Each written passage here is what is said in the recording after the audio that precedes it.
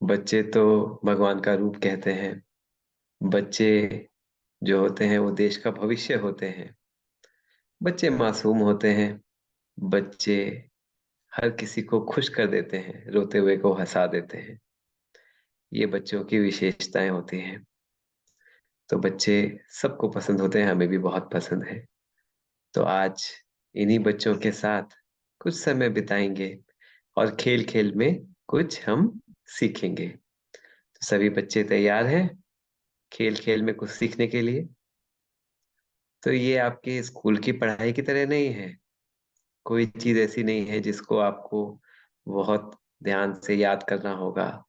लेकिन जैसे आप एक मूवी देखने जाते हो ना, एक टॉक शो देखने जाते हो, उसी प्रकार आप इस सेशन को एंजॉय करना। और उसके बाद में जो खेल खेल में आपने सीखा उसके ऊपर हम क्वेश्चन आंसर भी करेंगे। ठीक है ना बच्चों? तो चलो, आज आपको आपकी कहानी सुनाते हैं, खुद की कहानी। अभी तक तो आपने शेर चीते की कहानी सुनी, आज आप अपने खुद की कहानी सुनेंगे। तो आज का टॉपिक हमने क्या रखा है?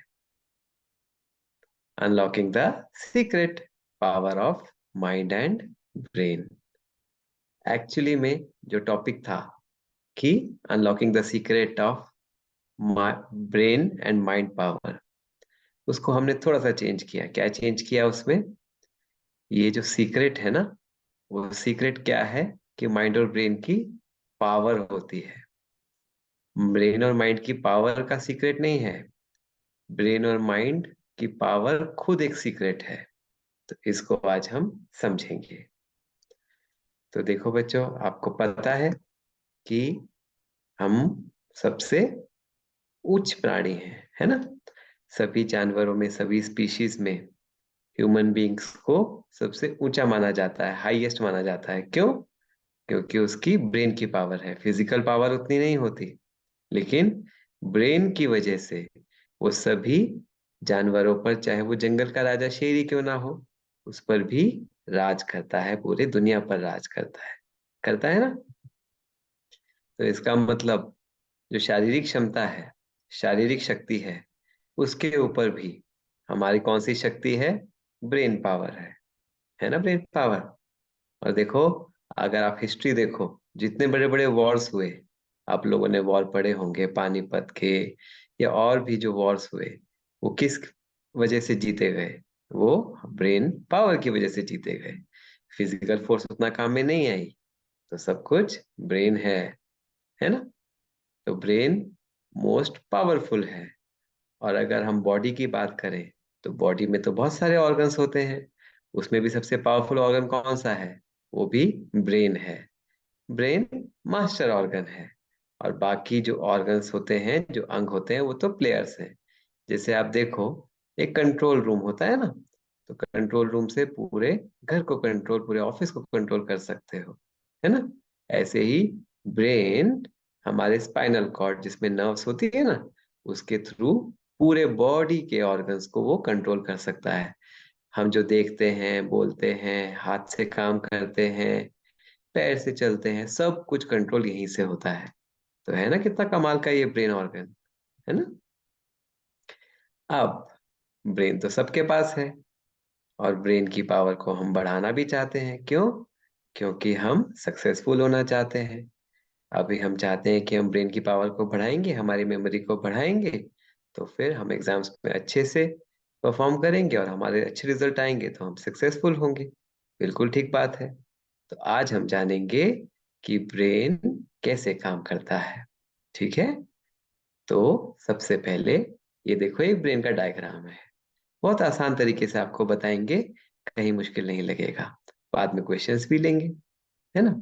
तो ब्रेन के अंदर मेन दो सेंटर होते हैं। ठीक है? दो सेंटर होते हैं।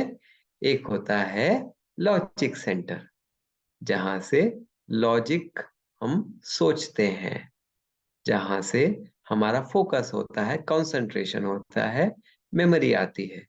इसको हम मेडिकल में प्री फ्रंटल कॉर्टेक्स भी कहते हैं। ये आगे का हिस्सा है ब्रेन का, ये पीछे का हिस्सा है, तो फ्रंट में है, इसलिए इसको हम प्री फ्रंटल कॉर्टेक्स कहते हैं। और दूसरा हिस्सा होता है अमिगडाला, वो यहाँ साइड में होता है। तो एक तो हुआ प्रीफ्रंटल कॉर्टेक्स जो यहाँ है, और एक है अमिगडाला जो यहाँ होता है कान के थोड़ा सा ऊपर।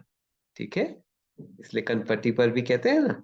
तो यहाँ पर इमोशनल सेंटर होता है, यहाँ से हमारे इमोशंस आते हैं। जब आपको देखो प्यार, नफरत, गुस्सा, दुख, चिंता, वरी, एंजाइटी, ये सब जो होता है ना, वो यहाँ से आता है ना। तभी तो हम कभी कभी ऐसे भी करते हैं ना जब दिमाग का नहीं चलता है तो। तो ये दो हमारे ब्रेन के सेंटर्स हैं। अब आपको एक कहानी सुनाते हैं, एक लड़के की।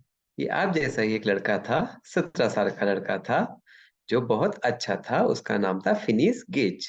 और ये कहानी 200 साल पहले की है, ये असली कहानी है, ये कोई किताबी कहानी नहीं है। वो लड़का बहुत अच्छा था, सबकी मदद करता था, बहुत खुश रहता था, उसका नेचर बहुत ही अच्छा था। लेकिन एक बार क्या हुआ ना, वो जा रहा था रास्ते में और एक एक्सीडेंट हो गया उसका। और एक रॉड जो थी उसके ब्रेन में से ऐसे पास हो गई। जैसे आप देखो, ये उसके ब्रेन का स्ट्रक्चर दिखाया हुआ है, ऐसे उसके ब्रेन से पास हो गई। अब 200 साल पहले तो इतनी सर्जरी एडवांस नहीं थी, तो उस समय क्या किया डॉक्टर्स ने, इस रॉड को साइड से काट दिया। ठीक है, और अंदर जो रॉड बची हुई थी उसको छोड़ दिया। ठीक है, तो आगे के हिस्से में वो रॉड बची हुई थी। अब वो जो लड़का जब होश में आया, तो पता है क्या हुआ, देखा गया कि अब वो लड़का बहुत एग्रेसिव हो गया था। अब वो अब्यूज करता था, अब वो बहुत एरोगेंट हो गया था, बहुत एंग्री रहता था, और किसी की बात नहीं मानता था, सबको परेशान करता था। तब डॉक्टर्स को पता चला कि यहाँ वाला जो ये हिस्सा है ना, प्रीफ्रंटल कॉर्टेक्स, ये हमारे किसके लिए इम्पोर्टेंट है, इंटेलेक्ट के लिए, बुद्धि के लिए, मेमोरी याददाश्त के लिए, फोकस के लिए, और जजमेंट के लिए, क्या सही है क्या गलत वो देखने के लिए। तो जब ये डैमेज हो जाता है तो हमारा मेमोरी, फोकस, कंसंट्रेशन कम हो जाता है। तो आप समझ रहे हो, अगर हमारा मेमोरी, फोकस, कंसंट्रेशन कम है तो इसकी प्रॉब्लम की वजह से होता है। ठीक है ना। अब ये डॉक्टर रजिता सिन्हा है, जो येल यूनिवर्सिटी, ये यूएसए में है, उन्होंने इसके ऊपर काम किया कि आज के समय में बच्चों में जो उन्होंने देखा कि फोकस, कंसंट्रेशन, मेमोरी कम हो रहा है, जबकि इंसान में तो बहुत अच्छी ब्रेन पावर है, तो वो क्यों कम हो रहा है। अब ऐसे फिजिकल डैमेज जैसे फिनिश गेज को हुआ, ऐसे तो हमें नहीं है, फिर हमें क्यों हो रहा है ये कम, फोकस क्यों नहीं कर पाते हम, कंसंट्रेशन नहीं कर पाते, याद करने बैठते हैं याद नहीं रहता। तो उन्होंने इसके ऊपर रिसर्च करी, और पता है बच्चों उन्होंने क्या पाया, कि प्रीफ्रंटल कॉर्टेक्स जो आज के समय में डैमेज हो रहा है, वो हो रहा है आउटसाइड एजेंट्स की वजह से। क्योंकि आप जानते हो आज के समय में बच्चों में भी जल्दी जल्दी वो स्मोकिंग, टोबैको, अल्कोहल, यहाँ तक कि गलत वीडियोस या मोबाइल एडिक्शन बहुत बढ़ गया है, और ये हमारे प्रीफ्रंटल कॉर्टेक्स को डैमेज करता है। और दूसरा, इंटरनल एजेंट्स, ये तो एक्सटर्नल एजेंट्स हैं, आपने सुना भी होगा कि स्मोकिंग से, टबैको से, अल्कोहल से, ज्यादा मोबाइल से हमारे ब्रेन की फोकस, मेमोरी कम होती है। लेकिन क्या बच्चों आपको पता है कि जो stress, anxiety, worry, anger, depression, जो हम बहुत कॉमनली करते हैं, वो कहते हैं ना मुझे तो बहुत स्ट्रेस है, मुझे तो बहुत चिंता हो रही है, मुझे बहुत गुस्सा आ रहा है, मुझे डिप्रेशन हो गया है, उससे भी हमारा प्रीफ्रंटल कॉर्टेक्स डैमेज होता है।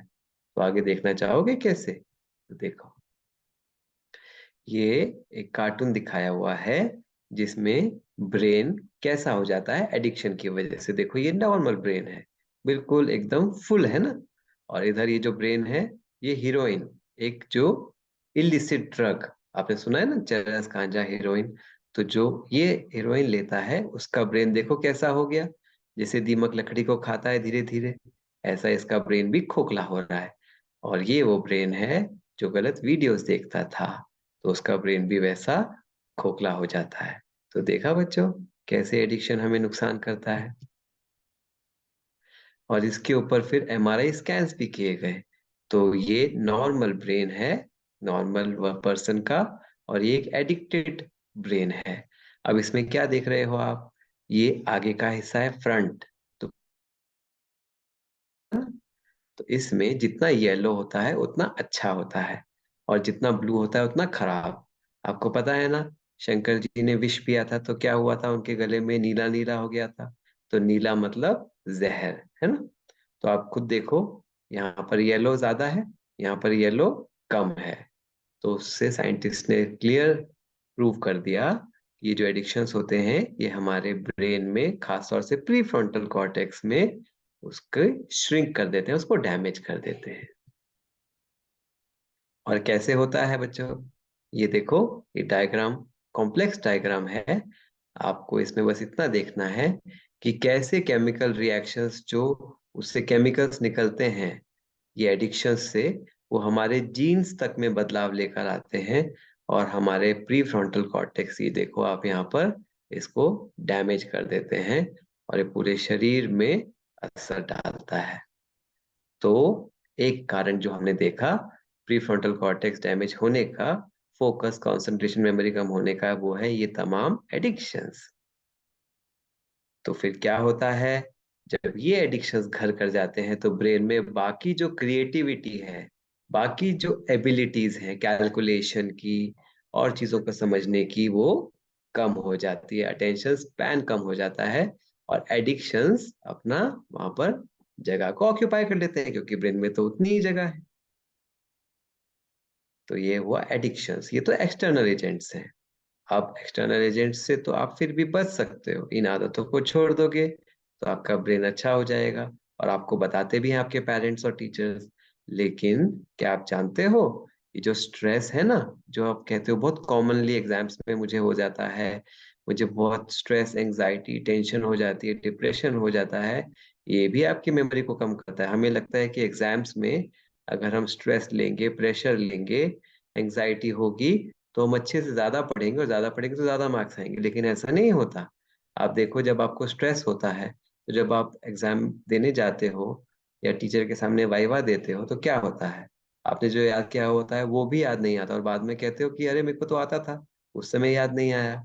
वो इसीलिए ऐसा होता है कि आप जब स्ट्रेस में पढ़ते हो ना, तो आप पढ़ तो रहे हो लेकिन वो आपको याद नहीं होगा। क्यों?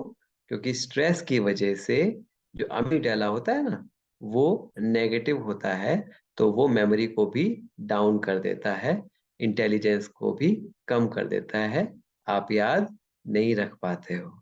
तो इसीलिए स्ट्रेस में आप एग्जाम में परफॉर्म नहीं कर पाते हो। अच्छा बच्चों, अब बताओ, आप मूवी देखने जाते हो, मूवी कितनी बार देखते हो? एक बार देखते हो और आपको पूरी याद रहती है, पूरी स्टोरी याद रहती है, लेकिन बुक्स अपनी कितनी बारी पढ़ते हो? कई बार पढ़ने के बाद भी याद नहीं होता। क्यों? क्योंकि मूवी में तो आपको कोई स्ट्रेस नहीं है, तो एकदम से याद हो जाती है। और जब पढ़ाई करते हो तो जितना ज्यादा स्ट्रेस होता है उतनी मेमोरी कम होती है, याद नहीं रहता। है ना आपका एक्सपीरियंस? तो ये भी इम्पोर्टेंट है। तो क्योंकि डिप्रेशन जब होता है, वो हमारे कॉर्टिसोल को, केमिकल को बढ़ा देता है और हिप्पोकैम्पस जहाँ से मेमोरी बनती है वो काम नहीं कर सकता और इसलिए आपको याद नहीं रहता। तो देखो, हम कहाँ सोचते थे कि स्ट्रेस से, प्रेशर से, एंजाइटी से मेरी परफॉर्मेंस अच्छी होगी, नहीं, उससे तो आपकी परफॉर्मेंस और डाउन होती है, क्योंकि मेमोरी डाउन होती है। और आपको मालूम है, ये जो कॉन्सेप्ट दिया, ये दिया डॉक्टर डिएगो पिज़ागली ने, जिनकी आप फोटो यहाँ देख रहे हो। वो हार्वर्ड यूनिवर्सिटी में प्रोफेसर हैं, अभी डायरेक्टर हैं। और उन्होंने बताया कि जब आपको स्ट्रेस होता है, मतलब अमिगडाला में नेगेटिव इमोशंस होते हैं, मतलब स्ट्रेस, एंजाइटी, वरी, डिप्रेशन होता है, तो वो क्या करता है अमिगडाला, प्री फ्रंटल कॉर्टेक्स, जहाँ से हम याद करते हैं, जहाँ से हमारा फोकस, कंसंट्रेशन होता है, उसको भी वो काम करने नहीं देता। तो फिर ये भी काम नहीं करेगा, तो फिर ना तो आपको याद होगा ना फोकस होगा। इसीलिए आप देखो, मूवी कितने फोकस से देख पाते हो। क्यों? क्योंकि अमिगडाला यहाँ पर खुश है, तो प्रीफ्रंटल कॉर्टेक्स फोकस कर सकता है। और जब पढ़ाई पढ़ते हो तब क्या होता है, अमिगडाला स्ट्रेस होता है तो अमिगडाला नेगेटिव होगा, प्रीफ्रंटल कॉर्टेक्स भी फोकस नहीं कर पाएगा, मेमोरी नहीं कर पाएगा, इसलिए फिर हमारा फोकस और ध्यान नहीं होता है। इसलिए तो कहते हैं आपके टीचर्स कि मन लगा के पढ़ो। मन लगाना मतलब अमिगडाला को पॉजिटिव रखो, स्ट्रेस में नहीं पढ़ो। तो देखो, आपको तो पता है। और इस कॉन्सेप्ट को कहते हैं रूमिनेशन। और इसके लिए पता है, इनको मेडिकल बहुत बड़ा प्राइज भी मिला। और यही डायग्राम में आप देखो क्या दिखाया, साइंटिस्ट ने प्रूव किया। ये देखो आगे का हिस्सा है प्री फ्रंटल कॉर्टेक्स, ये पीछे ये दूसरा ब्रेन है। तो देखो ये हेल्दी ब्रेन में ये ब्लड है ना, अच्छे से यहाँ पर ब्लड है फ्रंटल कॉर्टेक्स में। और जब डिप्रेशन हुआ, जिसमें एंजाइटी स्ट्रेस हुआ, तो प्रीफ्रंटल कॉर्टेक्स से ब्लड गायब हो गया, मतलब इसकी एक्टिविटी कम हो गई। तो आपने जाना, आपके लिए स्ट्रेस प्रेशर लेना अच्छी बात नहीं है। तो जब आप अपने दोस्तों को कहते हो ना, यार मुझे तो बहुत चिंता हो रही है, मेरा क्या होगा, मुझे तो बहुत स्ट्रेस हो रहा है एग्जाम का, तो पता है आप अपनी परफॉर्मेंस को डाउन कर रहे हो। इसके बजाय अगर अपने फ्रेंड से कहो ना, नहीं यार कोई बात नहीं, मैं पढ़ूंगा लेकिन मैं रिलैक्स्ड हूँ, मन से मैं रिलैक्स्ड हूँ, स्टेबल हूँ, तो फिर आपकी पढ़ाई भी अच्छी होगी। और यही टॉपर्स का राज होता है। और आपको पता है एज अ डॉक्टर हम ऐसी बीमारियां भी देखते हैं जो मन से आती हैं। For example irritable bowel syndrome एक तरह की बीमारी होती है, जिसमें पेशेंट को क्या होता है ना, उसको उल्टियां आती हैं, उसको दस्त लगते हैं, पेट में दर्द होता है, लेकिन अब उसका पेट का चेकअप करोगे सब नॉर्मल मिलेगा आपको। क्यों? क्योंकि अगर मन में स्ट्रेस होता है तो वो हमारे बाकी ऑर्गन्स पर भी असर डालता है, जैसे पैनिक अटैक्स। आप में से किसी को भी हुए होंगे पैनिक अटैक्स, खासतौर से जब स्टेज पर बोलना होता है या टीचर के सामने खड़े होके वाइवा देना होता है, तो क्या होता है, घबराहट होती है ना, दिल धक धक करता है ना, सांसें तेज तेज चलती है ना, हाथ पैर कांपते हैं ना, चक्कर से आते कि नहीं आते। लेकिन आप देखो आपका ब्रेन तो सही था, आपका हार्ट तो सही है, लंग्स तो सही है, फिर ये सब क्यों हो रहा है? क्यों? क्योंकि हमारे जब एमिग्डाला नेगेटिव होता है, थॉट्स एबनॉर्मल होते हैं, जब हम स्ट्रेस में होते हैं तो हमारे बाकी ऑर्गन्स पर भी ये नेगेटिव असर डालता है। तो उसको हम पैनिक अटैक कहते हैं। और हिस्टीरिया, ये गर्ल्स में ज्यादा कॉमन होता है। उसमें क्या होता है, वो बस बेहोश हो जाती है, लेकिन उनके ब्रेन तो बिल्कुल सही होता है। उनके स्ट्रेस की वजह से ये प्रॉब्लम्स आती है, जिसको हम कहते हैं साइकोसोमैटिक प्रॉब्लम्स। तो देखो बच्चों, स्ट्रेस प्रॉब्लम है, ये कोई नॉर्मल चीज नहीं है। तो देखो, आप जो आज समझना चाहते हो कि अपनी ब्रेन की पावर को कैसे बढ़ाएं, तो ब्रेन की पावर को कम कौन कर रहा है वो समझ लो, उस चीज को हटा दो। तो ब्रेन की पावर तो भगवान ने आपको बहुत अच्छी दी, तो इंसान को सबसे ज्यादा ब्रेन दिया, तभी तो वो देखा ना हमने, एनिमल किंगडम का किंग है वो। लेकिन हम कैसे कम कर रहे हैं, हम अपनी पावर को खुद ही कम कर रहे हैं। कैसे? या तो इन एडिक्शंस के आदी हो गए हैं, या फिर इन नेगेटिव इमोशंस के आदी हो गए हैं ना। और आप क्या, बड़े भी बड़े भी इन इमोशंस के आदी हो गए हैं। कुछ लोग एडिक्शंस, आउटसाइड एडिक्शंस को तो नहीं यूज करते, लेकिन उनको ये नहीं पता कि नेगेटिव इमोशंस भी आपकी ब्रेन की पावर को कम करते हैं, है ना। अच्छा, अब आपके मन में ये सवाल जरूर उठ रहा होगा कि आउटसाइड एडिक्शन से तो हम बच सकते हैं, ये तो हमें पता था, लेकिन स्ट्रेस एंगर एंजाइटी वरी, ये तो हमें लगता है नॉर्मल है, नेचुरल है। अब बाहर अगर कोई सिचुएशन प्रॉब्लम वाली होगी, नेगेटिव होगी या डिफिकल्ट होगी, तो स्ट्रेस तो होगा ही होगा ना, एंजाइटी तो होगी ही होगी। अब इसको हम क्या करें? तो यहाँ पर आपको एक एक्सपेरिमेंट बताते हैं, ये साइंटिस्ट ने किया, बहुत अच्छा एक्सपेरिमेंट है, बहुत मजा आएगा आपको सुन के। इसको हम कहते हैं कंडीशनिंग पेवलॉव डॉग एक्सपेरिमेंट। पेवलॉव साइंटिस्ट का नाम था। तो साइंटिस्ट पेवलॉव ने क्या किया, उन्होंने एक डॉग को लिया और उसके सामने उसका मनपसंद फूड रखा। तो क्या हुआ, डॉग की लार टपकने लगी, ठीक है ना, ठीक बात है। फिर उन्होंने क्या किया, उसके सामने एक बेल बजाई। तो डॉग को तो समझ नहीं आया ये बेल क्यों बज रही है, कोई रिस्पॉन्स नहीं हुआ। अब उन्होंने क्या किया, फूड और बेल दोनों साथ साथ किया, तो उसको वहां पर लार टपकने लगी। तो जो लार टपकने लगी, कुछ दिनों के बाद उन्होंने क्या किया, अब केवल बेल बजाई, फूड नहीं रखा। तो फिर क्या हुआ, उसकी लार टपकने लगी। तो आप देखो, पहले बेल बजाई थी कोई लार नहीं टपक रही थी, लेकिन बाद में जब बेल बजाई तो लार टपकने लगी। ऐसा कैसे हो गया, ऐसे कैसे हुआ सोचो, बेल से कोई लार टपकती है? लेकिन ये इसलिए हुआ क्योंकि उसको आदत पड़ गई थी, उसने समझा कि जब बेल बजेगी तो फूड तो साथ में होगा ही होगा। अब आपको समझ में आया, स्ट्रेस भी ऐसे ही है। हमने कहा कि आउटसाइड अगर सिचुएशन नेगेटिव है, प्रेशर वाली है, तो स्ट्रेस तो होगा ही होगा। मतलब हमने बाहर की सिचुएशन को और अंदर के स्ट्रेस को एक समझ लिया, लेकिन दोनों एक नहीं है। जैसे बेल और फूड एक बात नहीं है ना? ऐसे ही बाहर प्रेशर हो सकता है, लेकिन जरूरी नहीं है कि आप अंदर स्ट्रेस ही क्रिएट करो। हो सकता है आप अंदर स्टेबल भी रह सकते हो। लेकिन क्योंकि हमने हमें यही सिखाया गया कि बाहर अगर कोई नेगेटिव सिचुएशन है तो स्ट्रेस तो होना ही है, जैसे फूड के साथ बेल कंबाइन हो गया, तो इसको कंडीशनिंग कहते हैं। अब हमें क्या करना है, क्योंकि हमने जाना स्ट्रेस से हमारे ब्रेन की पावर को कम हो रहा है, अब हमें डी कंडीशनिंग करनी है। डी कंडीशनिंग का क्या मतलब है कि अब हम बाहर की सिचुएशन को अपने अंदर के रिस्पॉन्स को, इमोशनल रिस्पॉन्स को अलग अलग कर देंगे। अब हम बाहर प्रेशर होगा, अंदर रिस्पॉन्स वो क्रिएट करेंगे जो हमारे लिए फायदेमंद हो। वो क्या है? वो स्टेबल रिस्पॉन्स है, वो पॉजिटिव रिस्पॉन्स है। तो हमें कंडीशनिंग को, नेगेटिव कंडीशनिंग को तोड़ना है। तो तोड़ सकते हो ना? अब आपके मन में सवाल आएगा कि हाँ, कंडीशनिंग तो तोड़नी है, लेकिन इतना आसान तो है नहीं। हमने एक्सपीरियंस भी किया है कि हमारे हमारे पेरेंट्स ने भी बताया, हमारे टीचर्स ने भी बताया कि पॉजिटिव सोचो, अच्छा सोचो। लेकिन क्या करें, जब इस सिचुएशन ऐसे आ जाती है ना, तो एकदम से नेगेटिव सोच आ ही जाती है। ये हमारी आदत बन गई है, या एडिक्शंस की भी हमारी आदत है। क्या इसको चेंज कर सकते हैं हम? तो हाँ, आप चेंज कर सकते हो। क्योंकि पता है आपको, ब्रेन के पास एक पावर है। वो पावर पता है कौन सी है? वो है न्यूरोप्लास्टिसिटी की। और ये प्रिंसिपल दिया इन साइंटिस्ट ने, जिनका नाम था डोनाल्ड हेब। इसीलिए इसको हेब्स लॉ भी कहते हैं। जैसे आप न्यूटन लॉ पढ़ते हो ना, ऐसे ये हेब्स लॉ है। ये लॉ क्या कहता है कि आदत पहले से नहीं बनती, आदत बनाई जाती है। और आदत को बदला जा सकता है। कैसे? जैसे ब्रेन एक सर्किट की तरह होता है। आपने सर्किट पढ़ा होगा फिजिक्स में, सर्किट होता है ना? ऐसे ही घर में भी देखा होगा, बिजली के सर्किट होते हैं, इलेक्ट्रिसिटी वायर्स होती हैं। ब्रेन में भी वायर्स होती हैं, जिनको हम न्यूरॉन्स कहते हैं। उनके बीच में कनेक्शंस होते हैं।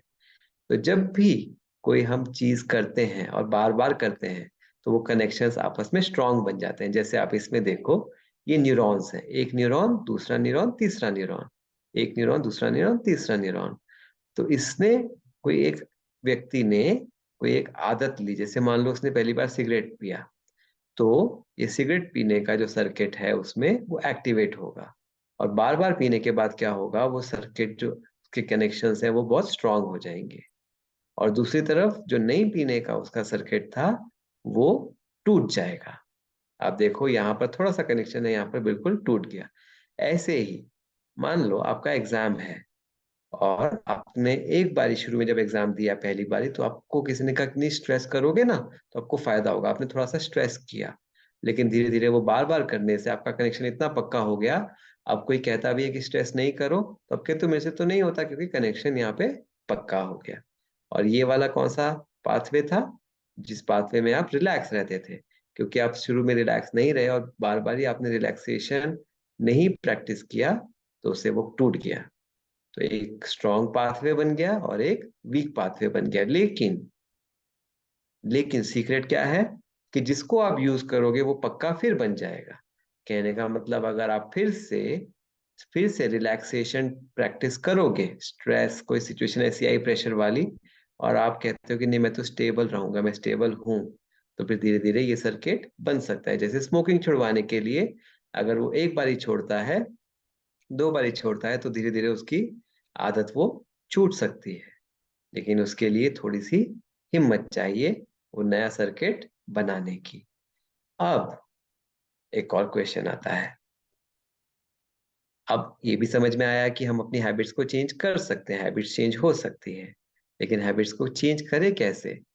अभी तो जैसे एग्जाम आएगा, हमें एकदम से स्ट्रेस आ जाता है, क्योंकि वो इतने फोर्स से आती है हैबिट। जैसे कोई जो शराब पीता है ना, वो कहते हैं कि ठीक है, उसको हम समझाते हैं पेशेंट को कि आप शराब नहीं पीना, लेकिन वो कहता है कि जैसे ही मैं शराब को देखता हूँ, वो आदत मेरे एकदम से अपने आप ही, वो मेरे हाथ में बॉटल आ जाती है, ग्लास आ जाता है, और मैं पी लेता हूँ, ना चाहते हुए भी कर लेता हूँ। स्मोकिंग के साथ भी ऐसे ही होता है। और आप बच्चों के साथ क्या होता है, मोबाइल के साथ, और बच्चों के साथ क्या, बड़ों के साथ भी ऐसा होता है। देखना नहीं चाहते मोबाइल, टाइम वेस्ट नहीं करना चाहते, लेकिन क्या करें, बस मोबाइल हाथ में आया, वो स्क्रॉलिंग चलती रहती है, होता है ना? इंस्टाग्राम, फेसबुक, यूट्यूब बस स्क्रॉल करते गए, फिर बाद में लगता है यार बहुत टाइम वेस्ट कर दिया, तो फिर क्या करें?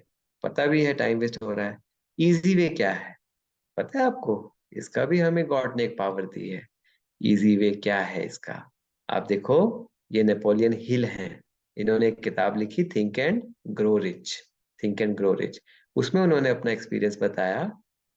उन्होंने क्या किया, उन्होंने 9 अमेरिकन इन्फ्लुएंशियल जो पीपल थे उनके साथ एक इमेजिनरी काउंसिल बनाई, मतलब मन में ही एक उन्होंने एक ग्रुप बनाया जिसमें वो क्या करते थे, मन में उन्होंने एक विजुलाइज करते थे कि मैं उन 9 लोगों के साथ बैठा हुआ हूँ और उनसे बातचीत कर रहा हूँ। क्या बातचीत कर रहा हूँ कि आप इतने सक्सेसफुल कैसे हुए, आपने अपने लाइफ में ऐसा क्या क्वालिटी थी जिसकी वजह से आपने इतना पैसा कमाया। और पता है, 3 महीने बाद उन्होंने एक्सपीरियंस किया कि वो क्वालिटीज जो वो मन ही मन में विजुलाइज करते थे, बात करते थे, उनके अंदर आ गई रियल में वो क्वालिटीज उनके अंदर आ गई। एक और, रॉबिन शर्मा, आपने देख सुना भी होगा इनका नाम, और कईयों ने तो बुक भी पढ़ी होगी, the monk who sold his Ferrari. उसमें वो अपने फ्रेंड के साथ एक एक्सपीरियंस शेयर करते हैं। इसमें वो बताते हैं कि उनके फ्रेंड ने उनको बताया कि जैसे रोज होता है ना, तो उनके फ्रेंड ने कहा कि आप रोज को देखो और रोज को एक्सपीरियंस करो कि उसकी उसकी जो फ्रेग्रेंस है वो आपको आ रही है, और अब विदाउट रोज भी आप उसको एक्सपीरियंस करो।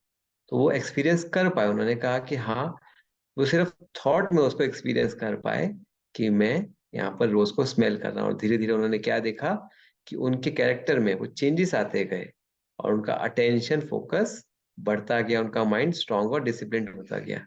रोज नहीं था वहां पर, सिर्फ इमेजिनेशन में था।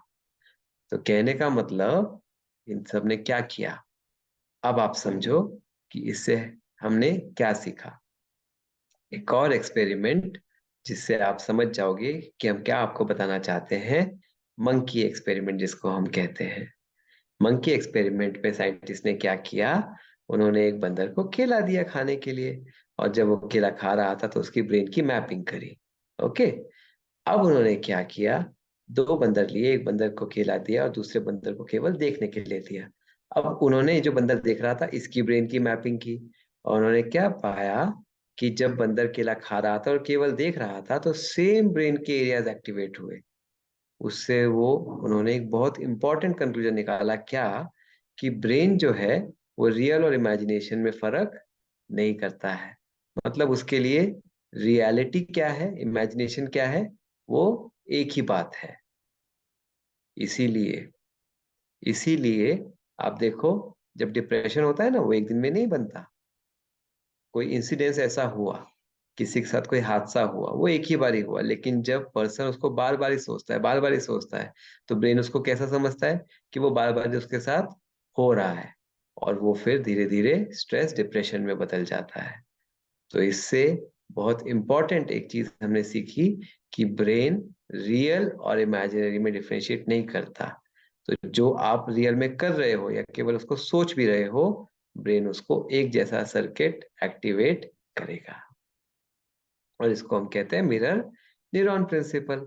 जैसे आप देखो, मिरर में आप देखते हो अपने आप को, हूबहू आपकी शक्ल दिखाई देती है, लेकिन आप थोड़े ना होते हो, वो तो आपकी मिरर इमेज होती है।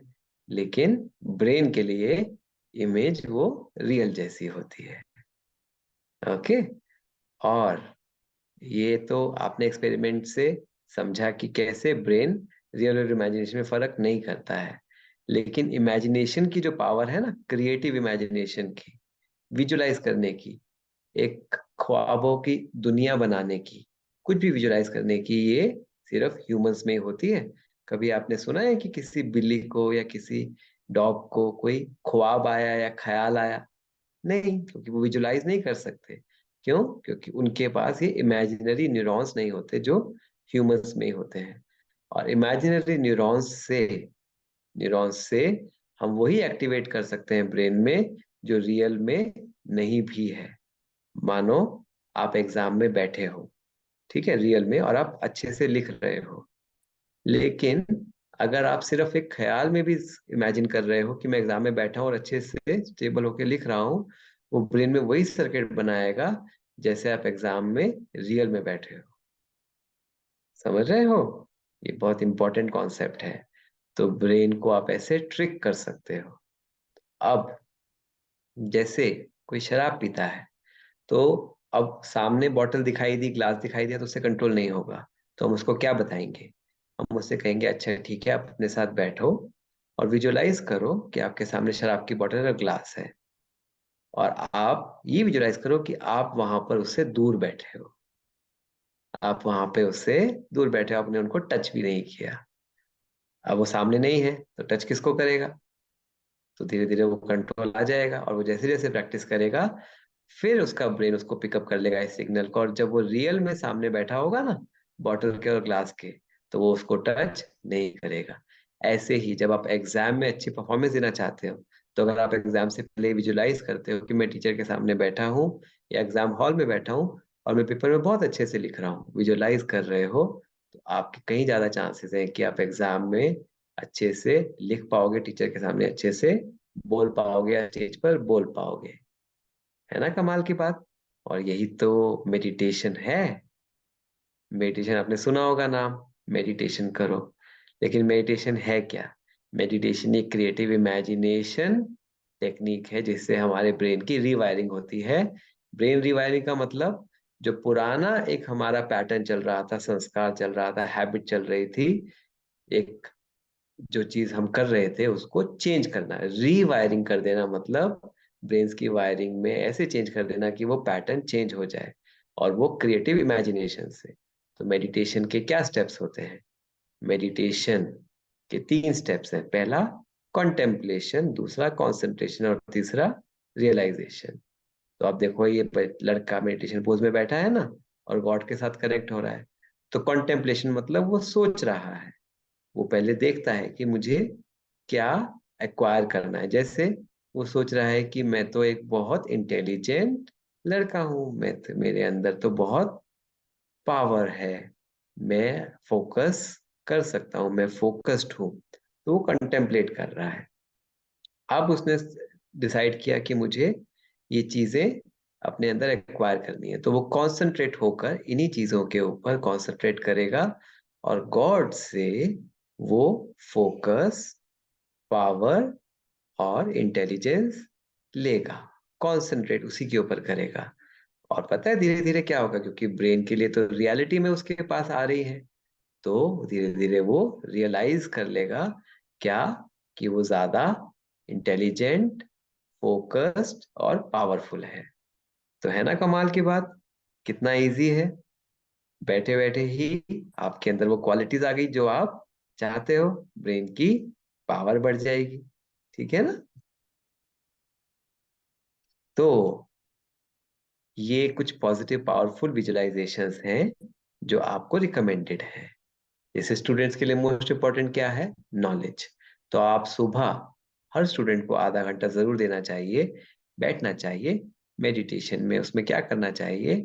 फील करना चाहिए कि मैं एक नॉलेजफुल स्टूडेंट हूँ, और गॉड से ऐसा समझना चाहिए कि उससे नॉलेज मेरे अंदर भर रही है, मेरे को तो बहुत, मेरा इंटेलिजेंस लेवल बहुत अच्छा है। ऐसा जब आप बार बार बार बार बार बार कॉन्सेंट्रेट करोगे अंदर, तो फिर आपकी इंटेलिजेंस बढ़ेगी। ऐसे ही पीस, अगर आप स्ट्रेस में ज्यादा रहते हो, आप खुश नहीं रहते हो, तो हैप्पीनेस, आपको लगता है कि आप वीक हो, तो पावर, लव, प्योरिटी, ब्लिस, ये सब चीजें आप एक्वायर कर सकते हो मेडिटेशन से, अपने अंदर इमेजिनेशन से, क्रिएटिव विजुअलाइजेशन से। तो देखो, जैसे इसमें इसका एग्जांपल दिखाया, ये जो लड़का था, ये बार बार क्या विजुअलाइज करता था? गलत चीजें विजुअलाइज करता था, तो उसका सर्किट कैसा बना? गलत। लेकिन अब उसने चेंज किया, उसने मेडिटेशन किया, और मैं एक प्योर मैं एक प्योर सोल हूँ, मैं एक प्योर बॉय हूँ।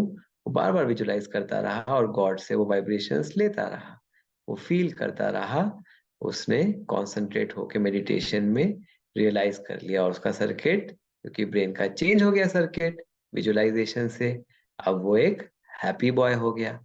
तो देखा आपने, ब्रेन सर्किट को पावरफुल, प्योर, इंटेलेक्चुअल बनाने का क्या तरीका है? पॉजिटिव थॉट विजुअलाइजेशन, जो एक्चुअली में मेडिटेशन है। तो समझ में आया ना आपको? है इसी क्रिएटिव विजुअलाइजेशन से जो आप अपने अंदर चेंज लाना चाहते हो वो ला सकते हो, चाहे वो बाहर के एडिक्शन से दूर जाना चाहते हो, चाहे अंदर के जो नेगेटिव इमोशंस है उनको दूर करना चाहते हो। उसके जो पॉजिटिव एस्पेक्ट्स हैं, मतलब पॉजिटिव जो इमोशंस हैं या जो पॉजिटिव हैबिट्स हैं, उनको आप विजुअलाइज करना शुरू कर दो। जैसे फॉर एग्जाम्पल, सुबह उठना सबको पता है कि अच्छी आदत है। अब नहीं उठ पाते तो क्या करो, अपने साथ बैठो और विजुलाइज करो कि मैं सुबह उठ गया हूँ और सुबह उठ के मैं वॉशरूम जाके एक्सरसाइज कर रहा हूँ। ऐसे जब आप विजुलाइज करोगे ना, तो आप देखना आपको सुबह उठना कहीं ज्यादा इजी हो जाएगा। तो ये बाहर की आदत हुई। अभी मोबाइल की बहुत आदत है ना, तो जैसे मोबाइल की आदत से छूटना है तो क्या विजुलाइज करो, अपने साथ बैठो, बस शांत होके बैठो और कंसंट्रेट करो कि मोबाइल सामने पड़ा है देखो, और मैंने उसको टच भी नहीं किया, मैं अपना काम कर रहा हूँ, अपनी पढ़ाई कर रहा हूँ। ऐसे जब आप बार बार करोगे तो आपका ब्रेन सर्किट चेंज हो जाएगा और सामने मोबाइल होगा, आपका हाथ इजीली वहां पे नहीं जाएगा और धीरे धीरे तो जाना ही बंद हो जाएगा। लेकिन अब एक क्वेश्चन आता है कि ये मेडिटेशन जो आपने बताया, ये जो कॉन्टेम्पलेशन क्रिएटिव विजुअलाइजेशन बताया, इसमें कई बार हम बैठते भी हैं तो कई स्टूडेंट्स की कंप्लेन आती है कि हमारा माइंड इधर उधर जाता है, हम कंसंट्रेट नहीं कर पाते, हम फोकस नहीं कर पाते, तो कैसे करें हम? अब इसको देखो, एक्चुअली में जब हम मन को कहते हैं ना कि मन हमारा बहुत भटकता है, मन हमारी सुनता नहीं है, तो एक्चुअली में मन की गलती तो होती ही नहीं है। मन की गलती तो होती नहीं। आज हम किसको सबसे ज्यादा ब्लेम करते हैं? मन को कहते हैं ना कि मेरा मन मेरे कंट्रोल में नहीं है, ये मेरी बात नहीं सुनता है, यही मुझे इधर उधर भटकाता है। नहीं, ये नहीं भटकाता। कैसे?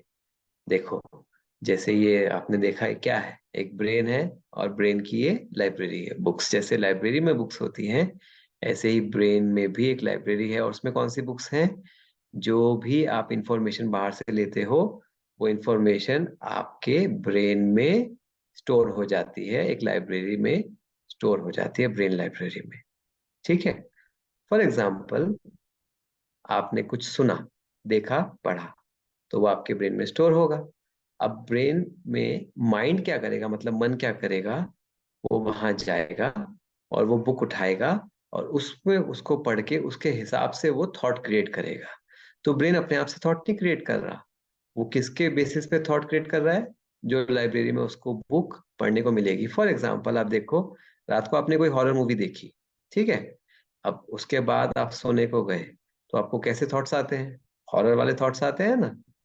लेकिन अगर आप रात को मेडिटेशन करके सोए, तो आपको क्या हॉरर थॉट्स आएंगे? नहीं आएंगे ना। क्यों नहीं आएंगे? अगर माइंड मतलब मन आपका हॉरर थॉट्स क्रिएट करता होता, तो फिर तो आपको हॉरर थॉट्स आने चाहिए। लेकिन थॉट्स कैसे आए? माइंड ने क्यों क्रिएट किए? क्योंकि आपने हॉरर मूवी देखी, वो वाली बुक अपनी लाइब्रेरी में रख दी।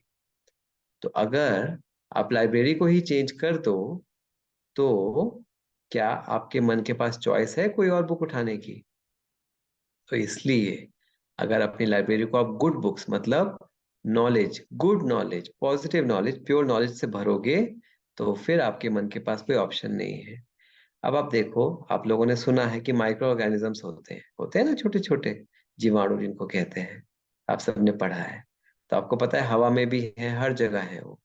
लेकिन एक जो छोटा बच्चा है जिसको नहीं पता है, उसको कहो कि हवा में जीवाणु होते हैं, तो वो कहेगा मैंने तो देखे नहीं, मुझे तो नहीं पता। तो वो कभी वो थॉट क्रिएट भी नहीं करेगा। तो इसलिए जो जब तक आपको जो चीज पता नहीं है, मन उसका थॉट क्रिएट नहीं कर सकता। तो जो आपने लाइब्रेरी में अपने भरा हुआ है उसके बेसिस पर ही मन थॉट क्रिएट करता है। तो क्यों ना हम इसको पॉजिटिव इंफॉर्मेशन से ही भरे। इसीलिए तो आपके बड़े कहते हैं कि मोबाइल में गलत कंटेंट नहीं देखो, ऐसे ही कुछ मत पढ़ो, वायलेंस वाली वीडियोस मत देखो, कुछ ऐसी चीज जो आपके माइंड को पोल्यूट करती है वो मत देखो, क्योंकि वहीं से ही आपके थॉट्स पैदा होंगे। तो मन जो थॉट्स पैदा कर रहा है वो इन बुक्स के बेसिस पर ही कर रहा है। तो जितना आप अपनी लाइब्रेरी को, ब्रेन लाइब्रेरी को मतलब नॉलेज से भरोगे, अच्छे वर्च्यू से भरोगे, तो मन भी आपका पॉजिटिव ही सोचेगा, क्योंकि उसके पास वही बुक्स हैं पढ़ने के लिए। तो दो चीजें हमने देखी। पहला, नॉलेज जो आप अंदर भर रहे हो वो पॉजिटिव ही हो हमेशा, तो आपका मन पावरफुल होगा। वो पावरफुल जब मन होगा वो आपको पॉजिटिव इंटेलेक्ट, मतलब आपकी बुद्धि को भी वो पावरफुल बनाएगा। क्योंकि हमने देखा था ना, मन अगर स्ट्रेसफुल होता है तो वो इंटेलेक्ट मेमोरी को भी काम करने नहीं देता। लेकिन ये एक दिन में नहीं होता, इसकी प्रैक्टिस करनी पड़ती है। कहते भी है ना, करत करत अभ्यास के जड़मति होत सुजान, रसरी आवत जार से सिल पर परत निशान। जैसे कुआं होता है, कुएं का पत्थर कितना हार्ड होता है, लेकिन रस्सी बार बार आने जाने से उस हार्ड पत्थर पर भी कोमल रस्सी निशान डाल देती है। ऐसे ही आप अपने बैड हैबिट्स को, ये जो बैड इमोशंस की हमने एक आदत डाल ली है, उसको चेंज कर सकते हो। क्योंकि याद रखेंगे हम हमेशा, फायर टुगेदर वायर टुगेदर। तो जो फायरिंग बार बारी होगी उसकी वायरिंग पक्की हो जाएगी। तो हम क्यों ना बार बारी गुड फायरिंग करें। और फिर क्या होगा, जो पुराना संस्कार है, जो बैड संस्कार था हमारा, वो अपने आप ही कट हो जाएगा। जैसे यहाँ पर देखो, वो हम यूज नहीं करेंगे पुरानी हैबिट को तो अपने आप ही खत्म हो जाएगी। तो जैसे हमारा प्रॉब्लम होता है ना कि हम गुस्सा ना करें, हम ये हम मोबाइल ना देखें, उसकी उसको खत्म करने की जरूरत ही नहीं है। वो अपने आप ही खत्म हो जाएगा जब आप गुड हैबिट्स करोगे। और गुड हैबिट्स में क्या आता है, good lifestyle, good company, meditation, ये सब चीजें आती है ना। और तो प्रैक्टिस कैसे हम करेक्टली करें, कैसे हम करें, तो आप देखो 21 डे रूल। यहाँ पर आप देखो, ये एक जो पिक्चर है ना, ये लाओ त्से है, ये एक चाइनीज मास्टर थे और ये अपने डिसाइपल्स को पढ़ा रहे हैं। तो एक बार इन्होंने पढ़ाया कि कभी गुस्सा नहीं करना चाहिए, तो सभी ने सुना, हाँ गुस्सा नहीं करना चाहिए। लेकिन एक व्यक्ति था, उसने कहा कि सर मुझे नहीं समझ में आया, मुझे दोबारा समझाइए। उन्होंने दोबारा समझा दिया, लेकिन वो अगले दिन फिर आ गया कि आप मुझे समझाइए। तीसरे दिन फिर आ गया। वो ऐसे 21 दिन तक आता रहा। तो सबने पूछा कि ये तो बड़ा आसान सी बात थी कि गुस्सा नहीं करना चाहिए, 21 दिन क्यों लग गए आपको समझने में। तब लाओसी ने समझाया कि एक दिन में सिर्फ सुनने से नहीं होता है, उससे तो सिर्फ आपने जाना, अभी तो आपने सिर्फ जाना है कि गुस्सा नहीं करना चाहिए। लेकिन संस्कार एक दिन में चेंज नहीं होता, जानने के बाद होता है मानना। तो आपका मन उसको बिल्कुल एक्सेप्ट कर ले, और मानने के बाद होता है चलना, वो आपके संस्कार में, हैबिट में आ जाए। उसके लिए प्रैक्टिस बहुत जरूरी है। तो उन्होंने एक 21 डे रूल दिया कि 21 दिन तक अगर लगातार आप ये प्रैक्टिस करते हो, जो चीज आप चेंज करना चाहते हो, वो अगर आप रोज करते हो तो फिर वो चेंज आता है। तो इसलिए एक बारी की क्लास से नहीं, जो अब आपको बताया, आपको रोज प्रैक्टिस करना चाहिए। तो फिर क्या होगा इससे, आज हमने हमारा सेशन क्या था कि अपनी ब्रेन की पावर को कैसे बढ़ाएं, मेमोरी को कैसे बढ़ाएं, स्ट्रेस को कैसे कम करें। ठीक है ना। तो ब्रेन के अंदर क्या है, एक प्रीफ्रंटल कॉर्टेक्स है जहाँ से मेमोरी आती है, और एक अमिगडाला है जहाँ से स्ट्रेस होता है। तो हम क्या करेंगे, हमारे स्ट्रेस को कम करेंगे कैसे, क्रिएटिव विजुअलाइजेशन से, उसको पॉजिटिव करेंगे। और अपने प्रीफ्रंटल कॉर्टेक्स मतलब बुद्धि में, हम जब वो पॉजिटिव होगा तो इसको भी पॉजिटिव करेगा वो। तो हमारी मेमोरी अपने आप बढ़ जाएगी। मेमोरी को कौन कम कर रहा है, हमने देखा स्ट्रेस, एंजाइटी, वरी, टेंशन, और दूसरे एडिक्शंस। तो इन दोनों से जब हम दूर रहेंगे तो फिर हमारे ब्रेन की पावर फिर से बढ़ जाएगी, हमारा फोकस बढ़ जाएगा, कंसंट्रेशन बढ़ जाएगा, मेमोरी बढ़ जाएगी, और हम एक राजा की तरह, एक प्रिंस की तरह बन जाएंगे। हर कोई चाहता है ना प्रिंस बनना, कौन बच्चा नहीं चाहता प्रिंस बनना। तो ये किसका प्रिंस है सोचो, ये प्रिंस है अपने ब्रेन माइंड का। और जो ब्रेन माइंड का प्रिंस है वो तो पूरे वर्ल्ड का प्रिंस बन जाएगा। हमने देखा ना था ना फर्स्ट स्लाइड में ही, ये ह्यूमंस क्यों नंबर 1 बने सभी स्पीशीज में। आप देखो एलिफेंट इतना पावरफुल होता है, लेकिन एलिफेंट का भी राजा है ना कौन, इंसान। क्यों, माइंड, ब्रेन माइंड की वजह से। तो ब्रेन माइंड के जब हम अपने मास्टर बन जाते हैं, उसको अपने कंट्रोल में चलाते हैं, तो एक्चुअली में हम पूरे वर्ल्ड पर राज्य कर सकते हैं। और यहीं पर दिखाया है, देखो। फिर जो ब्रेन माइंड पर कंट्रोल कर लेता है वो अपने 5 sense organs, touch, eyes, mouth, nose और ईयर्स, इस पर भी इजीली कंट्रोल कर सकता है। वही तो हम चाहते हैं, मास्टर बनना। मास्टर बनेंगे, ब्रेन माइंड अच्छे से काम करेगा, तो सक्सेस तो आप में हाथ में आ ही जाएगी। और ये देखो, ये एक वेस्टर्न साइंटिस्ट है, इनका नाम है लियोनार्डो बॉफ। उन्होंने ये पेंटिंग भी बनाई, और कितनी अच्छी पेंटिंग बनाई कि एक इंसान के हाथ में पूरी अर्थ को डिजाइन आर्ट करने की पावर है। कितना अच्छा डायग्राम उन्होंने बनाया, man as the lord and master of nature. किससे? अपने ब्रेन पावर से। अपनी ब्रेन पावर से वो पूरे वर्ल्ड को ट्रांसफॉर्म कर सकता है। लेकिन ब्रेन पावर को जो हाईजैक कर रहा है, हमारे नेगेटिव इमोशंस और बैड एडिक्शंस, उनसे हमें दूर रहना है। उसकी जगह हमें क्या करना है? जो हमारे ब्रेन मास्टर है, उसको स्ट्रांग बनाना है। जो बैड हैबिट्स हैं और नेगेटिव इमोशंस हैं जो इसको किल कर रहे हैं, उसकी जगह हमें एक हेल्दी लाइफस्टाइल अपनाना है। मतलब जो हमने देखा, smoking, alcohol, bad videos, mobile addiction, उससे दूर रहना है और अपने इमोशंस को पॉजिटिव बनाना है। और वो कैसे पॉसिबल हो सकता है? कितना इजी है? क्रिएटिव विजुअलाइजेशन से। क्रिएटिव विजुअलाइजेशन से हम अपने ब्रेन की रीवायरिंग कर सकते हैं, ब्रेन को ट्रेन कर सकते हैं। और मेडिटेशन सबसे पावरफुल क्रिएटिव विजुअलाइजेशन टेक्निक है, और इससे आपकी ब्रेन की पावर बढ़ जाएगी। तो है ना दोस्तों? है ना बच्चों? कितना इजी है।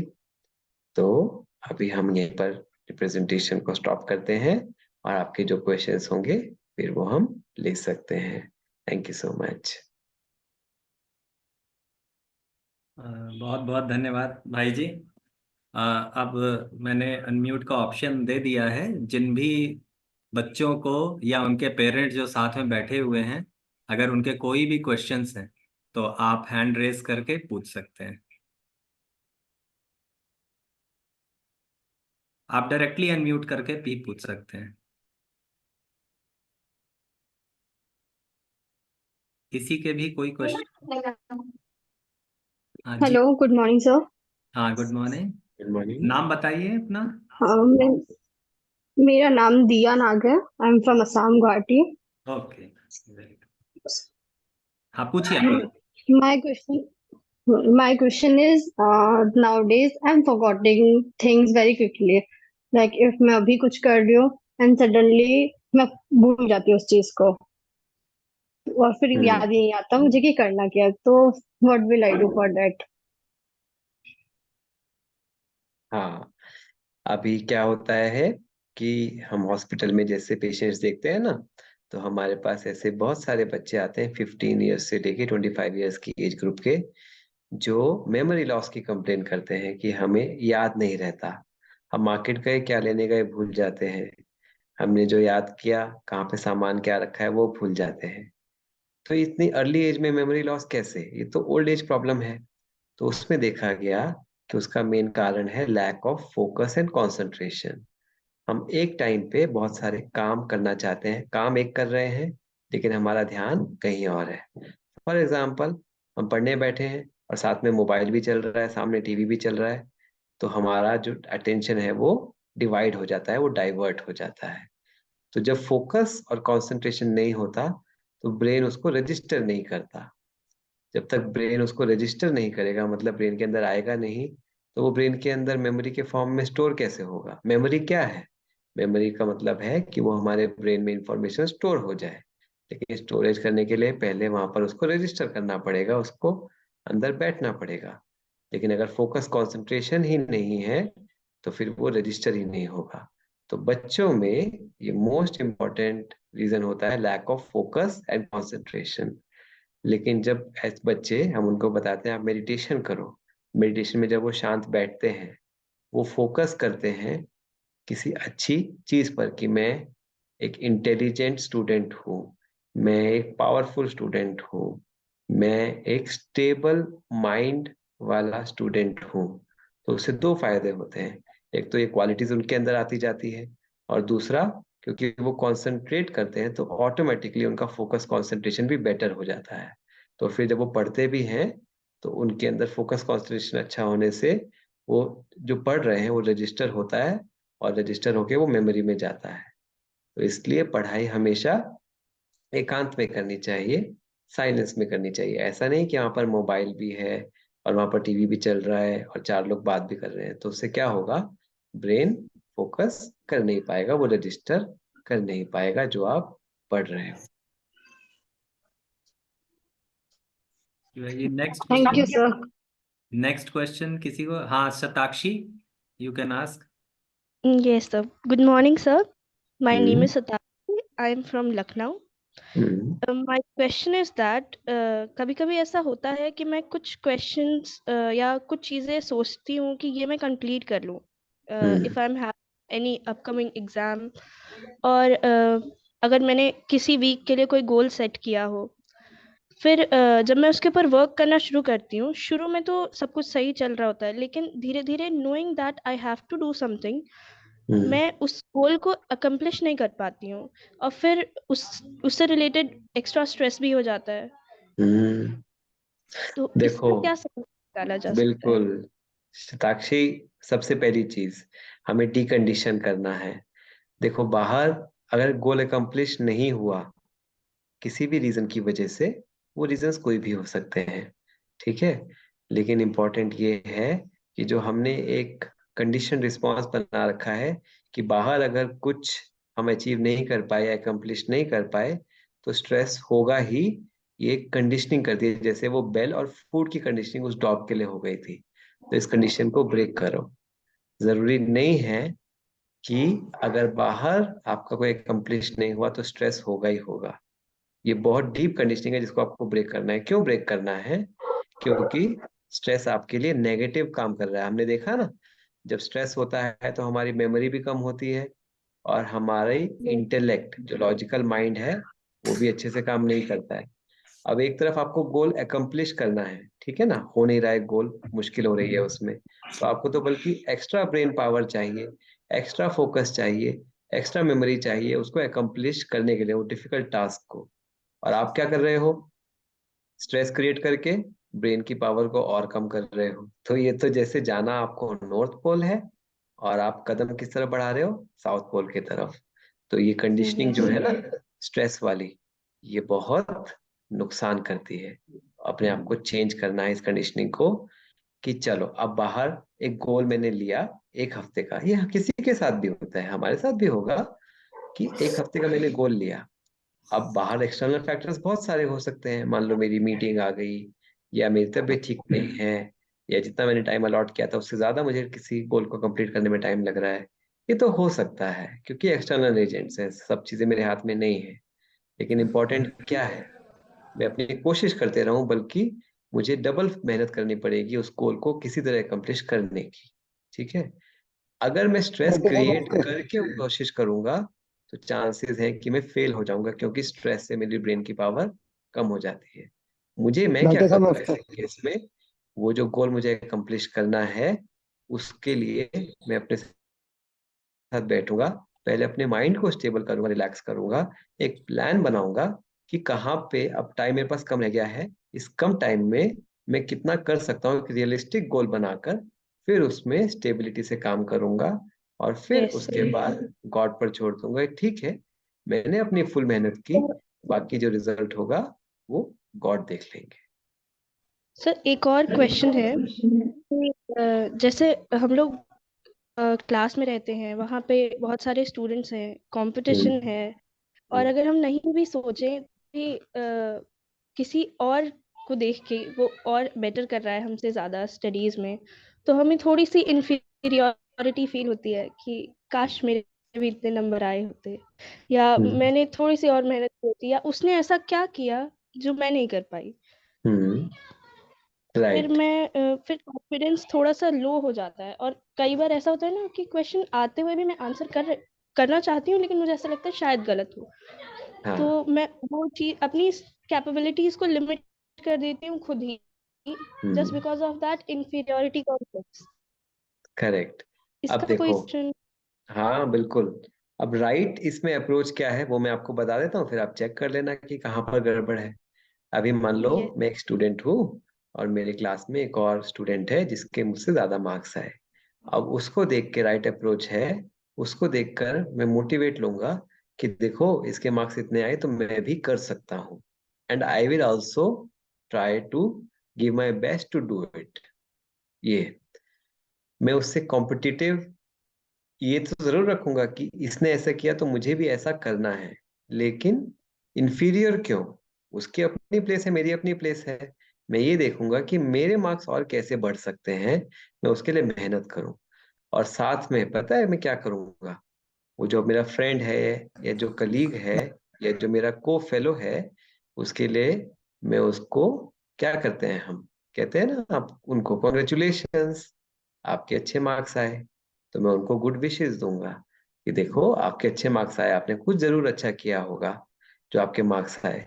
तो मैं उससे मोटिवेशन लेके काम करूंगा और फिर काम करूंगा अपने ऊपर, और फिर हो सकता है मेरे भी मार्क्स अच्छे आ जाए, और इन केस अगर नहीं भी आए तो मैं ये समझूंगा कि ठीक है, उसके पास कुछ एक्स्ट्रा एबिलिटी होगी, मेरी एबिलिटी अपनी है, तो मेरी जो एबिलिटी है मैंने उसके हिसाब से बेस्ट किया। तो मैं किसी से यहाँ पर कंपेयर करने के लिए नहीं हूँ, मैं किसी से कंपेयर करने के लिए नहीं हूँ। हाँ, दूसरों से मैं मोटिवेशन ले सकता हूँ कि आपने अच्छा किया तो मुझे भी मोटिवेशन मिलता है कि मैं भी अच्छा करूँ। तो इसमें इन्फीरियरिटी कॉम्प्लेक्स कहाँ आया? इसमें तो मोटिवेशन आया। अब सेकेंडली, यस। क्योंकि इन्फीरियरिटी कॉम्प्लेक्स अगर हम लेकर आएंगे तो आपने खुद ही बताया ना, ब्रेन की पावर कम हो जाएगी, लो कॉन्फिडेंस होगा, तो और भी आप मेहनत जो ज्यादा करनी चाहिए कम होगी।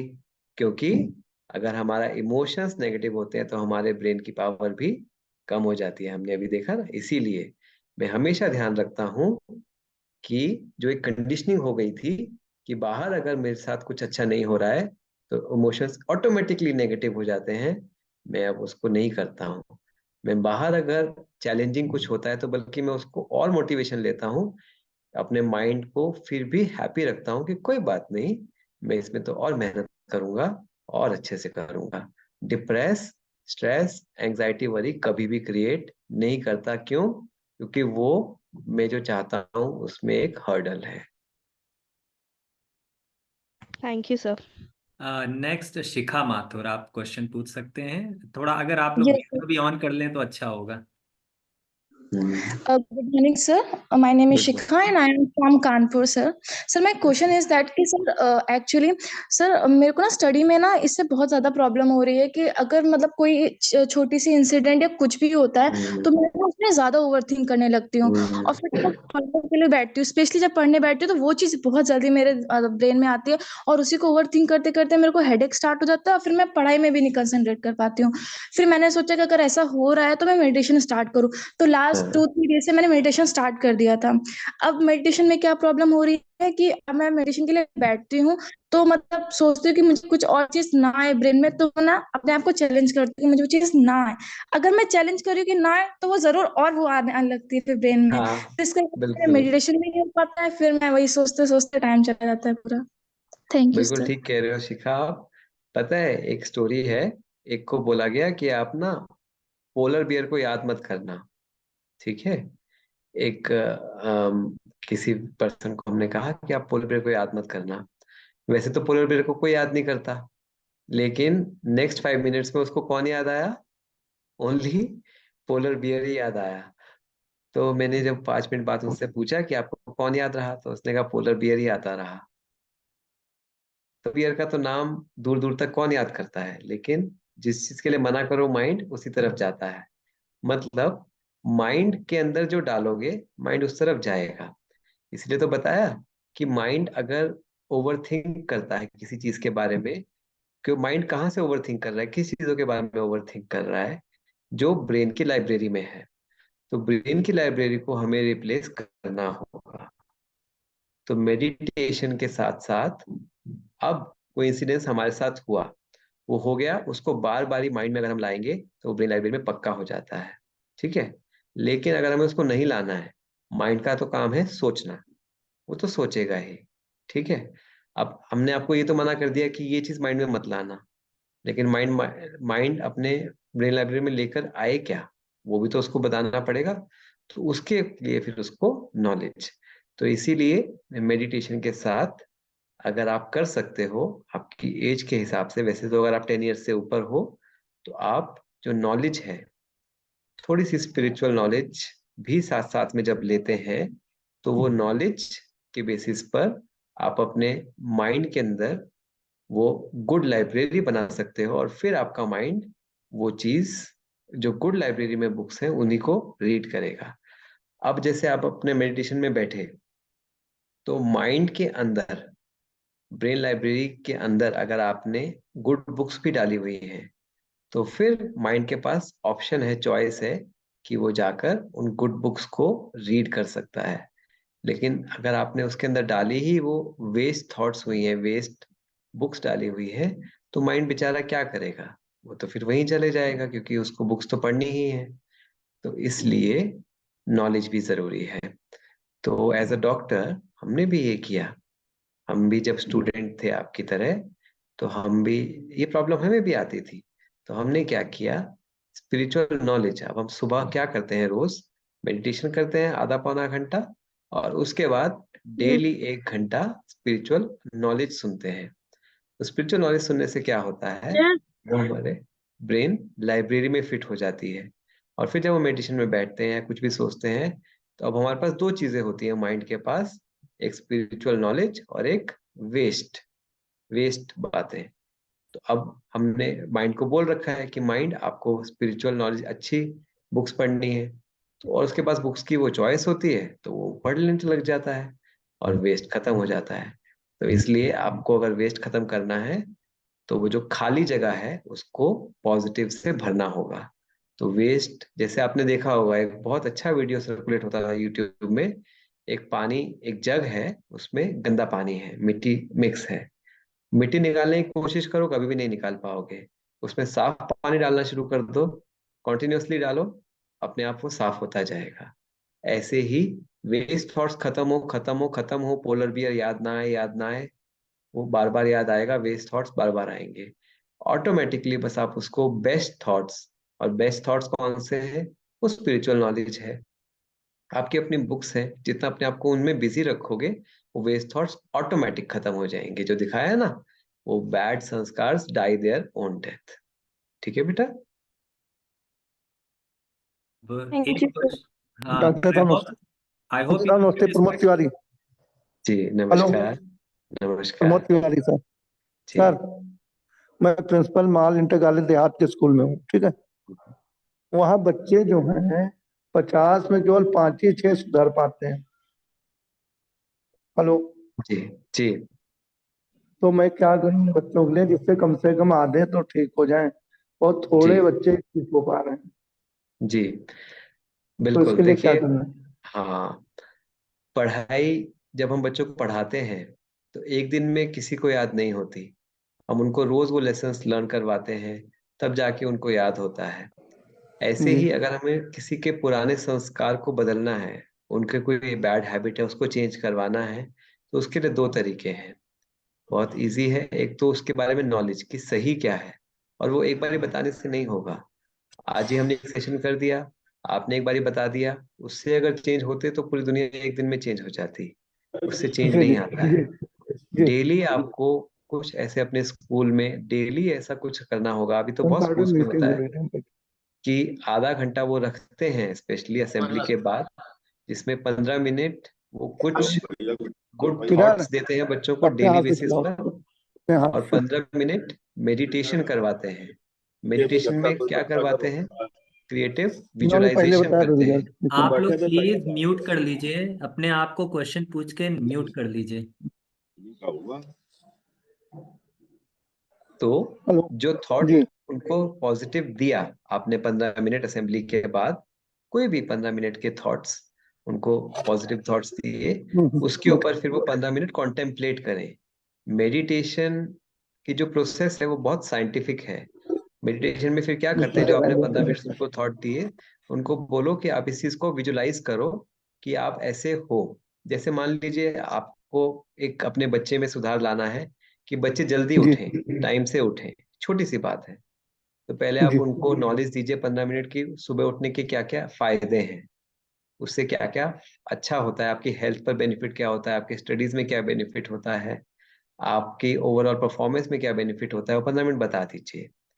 फिर 15 मिनट, नेक्स्ट 15 मिनट उनको बोलिए कि आप बैठ के, अब सब बच्चे साइलेंस में बैठेंगे और विजुलाइज करेंगे कि हम सुबह जल्दी उठ रहे हैं। एक अपना विजुलाइज करेंगे कि हम रात को इतने बजे सोए और सुबह सुबह जल्दी उठे और सुबह उठ के हमने ऐसे पढ़ाई की। तो विजुअलाइजेशन से क्या होता है, ब्रेन वो सिग्नल लेता है और वो ब्रेन की सर्किट को चेंज कर देता है। और ये जब डेली वो प्रैक्टिस करते हैं तो वो संस्कार चेंज होता है। तो कंसिस्टेंसी बहुत जरूरी है। तो first is information, correct knowledge. Second उसकी प्रैक्टिस, सिर्फ थ्योरी से नहीं होगा, उसको प्रैक्टिस करना होगा, बच्चे को खुद उसको विजुलाइज करके अपने ब्रेन के सर्किट को चेंज करना होगा और ये डेली बेसिस पर करना होगा। आप करके देखिए, असेंबली के बाद बस आधा घंटा रख दीजिए, 15 मिनट गुड थॉट्स दे दीजिए उनको और 15 मिनट उनको कॉन्टेम्पलेट करने के लिए दे दीजिए और उसके बाद आप देखिए कुछ दिनों बाद आपको रिजल्ट्स खुद दिख जाएंगे।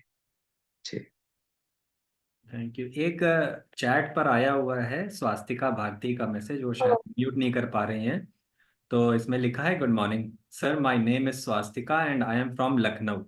माय क्वेश्चन इज दैट मुझे गुस्सा काफी जल्दी आता है एंड मेरे इमोशंस बहुत जल्दी जल्दी चेंज होते हैं, तो ऐसा क्यों होता है? हाँ, अब देखो ये एक हैबिट बनी हुई है हमारी, गुस्सा आने की और इमोशंस चेंज होने की। तो सबसे पहले तो अगर आपको ये समझ में आता है कि ये चीज सही नहीं है तो ये एक नॉलेज है। अब इसको चेंज कैसे करना है, तो इसके लिए आपको, और जब आप ये जानते हो कि गुस्से से क्या नुकसान होते हैं, शांत रहने से क्या फायदे होते हैं, शांत क्यों रहना चाहिए, गुस्से करने से मुझे क्या क्या नुकसान होगा, तो ये आप नॉलेज लेते हो। और उसके बाद जब आप मेडिटेशन मेडिटेशन करते हो, मेडिटेशन में क्या कर सकते हो, आप अपने साथ बैठो, सुबह सुबह बैठो, शांत होके बैठो, बिल्कुल शांत बैठो, एकदम साइलेंट हो जाओ और फिर अपने आप को देखो कि एक सिचुएशन जिसमें आपको गुस्सा आया, उस सिचुएशन को अपने सुबह माइंड तीन के काम सामने बाकी लेकर आओ। नहीं, सभी अब उस सोचते हैं कि सिचुएशन में मिल अपने आप जाएंगे को देखो कि सामने वो सिचुएशन आई, लेकिन आप बिल्कुल वहां पर साइलेंट हो, ऐसा विजुलाइज करो। ओके, बस ये देखो कि मैं वहां पर बिल्कुल साइलेंट हूं, मैंने गुस्सा नहीं किया, मैं एकदम शांत हूं। ऐसे अगर आप कुछ दिन प्रैक्टिस करोगे सुबह के समय, तो आप खुद देखना, जैसी वो सिचुएशन अब आएगी, क्योंकि सिचुएशंस हमें पता होता है कि इनके सामने मुझे गुस्सा आता है, इनकी इस बात पे गुस्सा आता है। तो जब वो सिचुएशंस को हम अपने विजुअलाइजेशन से वहां पर स्टेबल रह जाते हैं, शांत रह जाते हैं, और फिर जब वो रियल में उनके सामने जाएंगे ना, तो आप वहां पर खुद देखोगे कि शांत रह सकते हो। एक रियल आपको इंसिडेंस बताते हैं। एक लड़का था, उसने हमारे साथ शेयर किया कि सर, मेरा जो बॉस है, वो काम करते थे, तो वो बहुत स्ट्रिक्ट हैं, बहुत हार्ड हैं, उनको देखते ही मुझे एकदम पसीने आ जाते हैं, मैं बहुत घबरा जाता हूँ, और इसका फायदा बॉस उठाते हैं। अब उसको हमने क्या बताया कि अब आप विजुलाइज करो कि आपके बॉस आपके सामने खड़े हैं। तो जैसे ही उसने विजुलाइज किया, उसको पसीने आने लगे, घबराहट होने लगी। हमने कहा बॉस तो आपके सामने नहीं है। कहते सर, उनके थॉट से भी मुझे पसीने और घबराहट होने लग जाती है, इतना डरता हूं मैं। मैंने कहा अच्छा कोई बात नहीं, अब क्योंकि आपके सामने तो है नहीं, आप विजुलाइज करो कि आप शांत हो, रिलैक्स हो और स्माइल कर रहे हो। शुरू में उन्होंने बहुत मुश्किल से एफर्ट लगा के किया। अब बार बार, वो तो कंट्रोल्ड एनवायरनमेंट है, वो बार बार बॉस को अपने विजुलाइजेशन में लेकर आते और उनके सामने देखते कि वो विजुलाइजेशन में स्माइल कर रहे हैं, रिलैक्स हैं, स्टेबल हैं। कुछ दिनों बाद, 21 दिन के बाद, वो पर्सन ने खुद आके शेयर किया कि सर आपको पता है, आज जब बॉस सामने आए ना, तो मैं तो एकदम से ऑटोमेटिकली स्माइल करने लगा, एकदम स्टेबल था। और इस बार मैं नहीं घबराया। एक मेरे जो बॉस थे वो शॉक्ड हो गए कि कैसे इनके चेहरे पर स्माइल आ गई, कैसे स्टेबल रहे। तो ये रहस्य है क्रिएटिव विजुअलाइजेशन का, जो आपके ब्रेन की वायरिंग को चेंज कर देता है। अभी शिवम, अब आप अपना क्वेश्चन पूछ सकते हैं और इसके बाद एक क्वेश्चन और लेंगे, उसके बाद वाइंड अप करेंगे सेशन को। Shivam. Hello sir. Hello sir, मेरी क्या? प्रॉब्लम है कि सर अगर पेपर भी होते हैं ना सर, तो क्या बोलते हैं सर, पेपर के दिन सर मुझे टेंशन तो होती है, लेकिन सर जब मैं पढ़ने बैठता हूँ मेरे दोस्त का कॉल आता है, सर वो मुझे एफएफ के लिए बुलाते सर, फ्री फायर खेलने के लिए। सर एक चांस खेलने के बाद सर मैं सब कुछ भूल जाता हूँ, और सर अगले दिन जब पेपर देकर आता हूँ तो सर रिजल्ट में सर 50% या 51%, 60% इतना ही रह जाता है। सर क्या करूँगी? हम्म तो सबसे पहले तो अभी घबराहट होती है, अभी आपको बताया घबराहट होगी तो पेपर में जो परफॉर्मेंस आप कर सकते थे वो भी नहीं कर पाओगे। ठीक है ना? तो पहले तो हमें घबराहट को दूर भगाना है। वो कैसे भगाएंगे? अपने साथ बैठो, पहले अपने माइंड को समझाओ, देखो मन, ये जो घबराहट है ना, ये मेरी परफॉर्मेंस को डाउन करता है। तो घबराहट अच्छी चीज नहीं है, तुम घबराया मत करो मन, तुम स्टेबल रहा करो, स्टेबल रहकर प्रेशर को हैंडल करना सीखो। ऐसा उससे बात करो और फिर मेडिटेशन में बैठो, शांत होकर बैठो और देखो कि आप बिल्कुल साइलेंस में स्टेबल हो।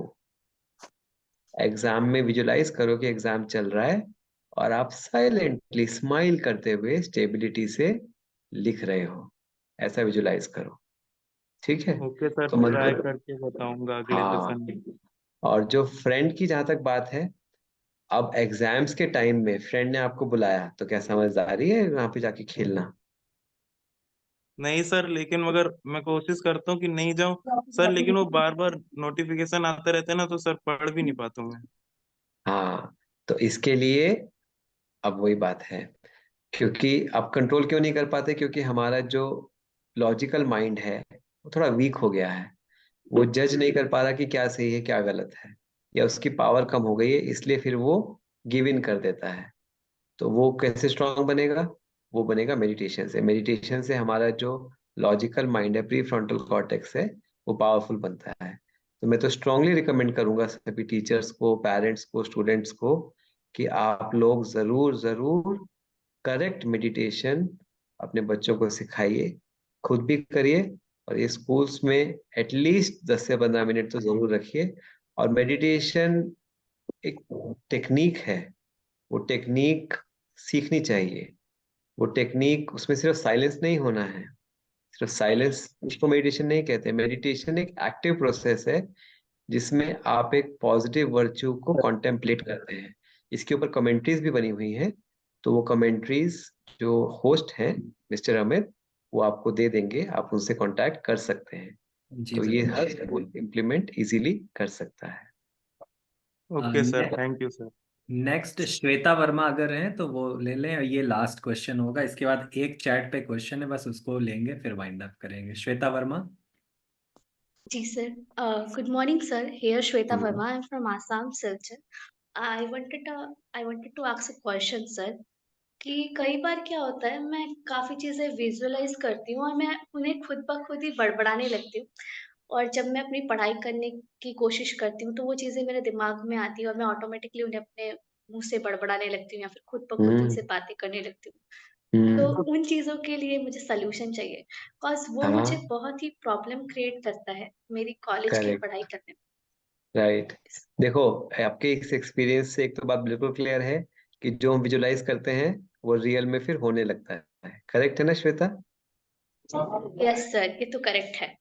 हाँ, तो विजुअलाइजेशन की इतनी पावर है।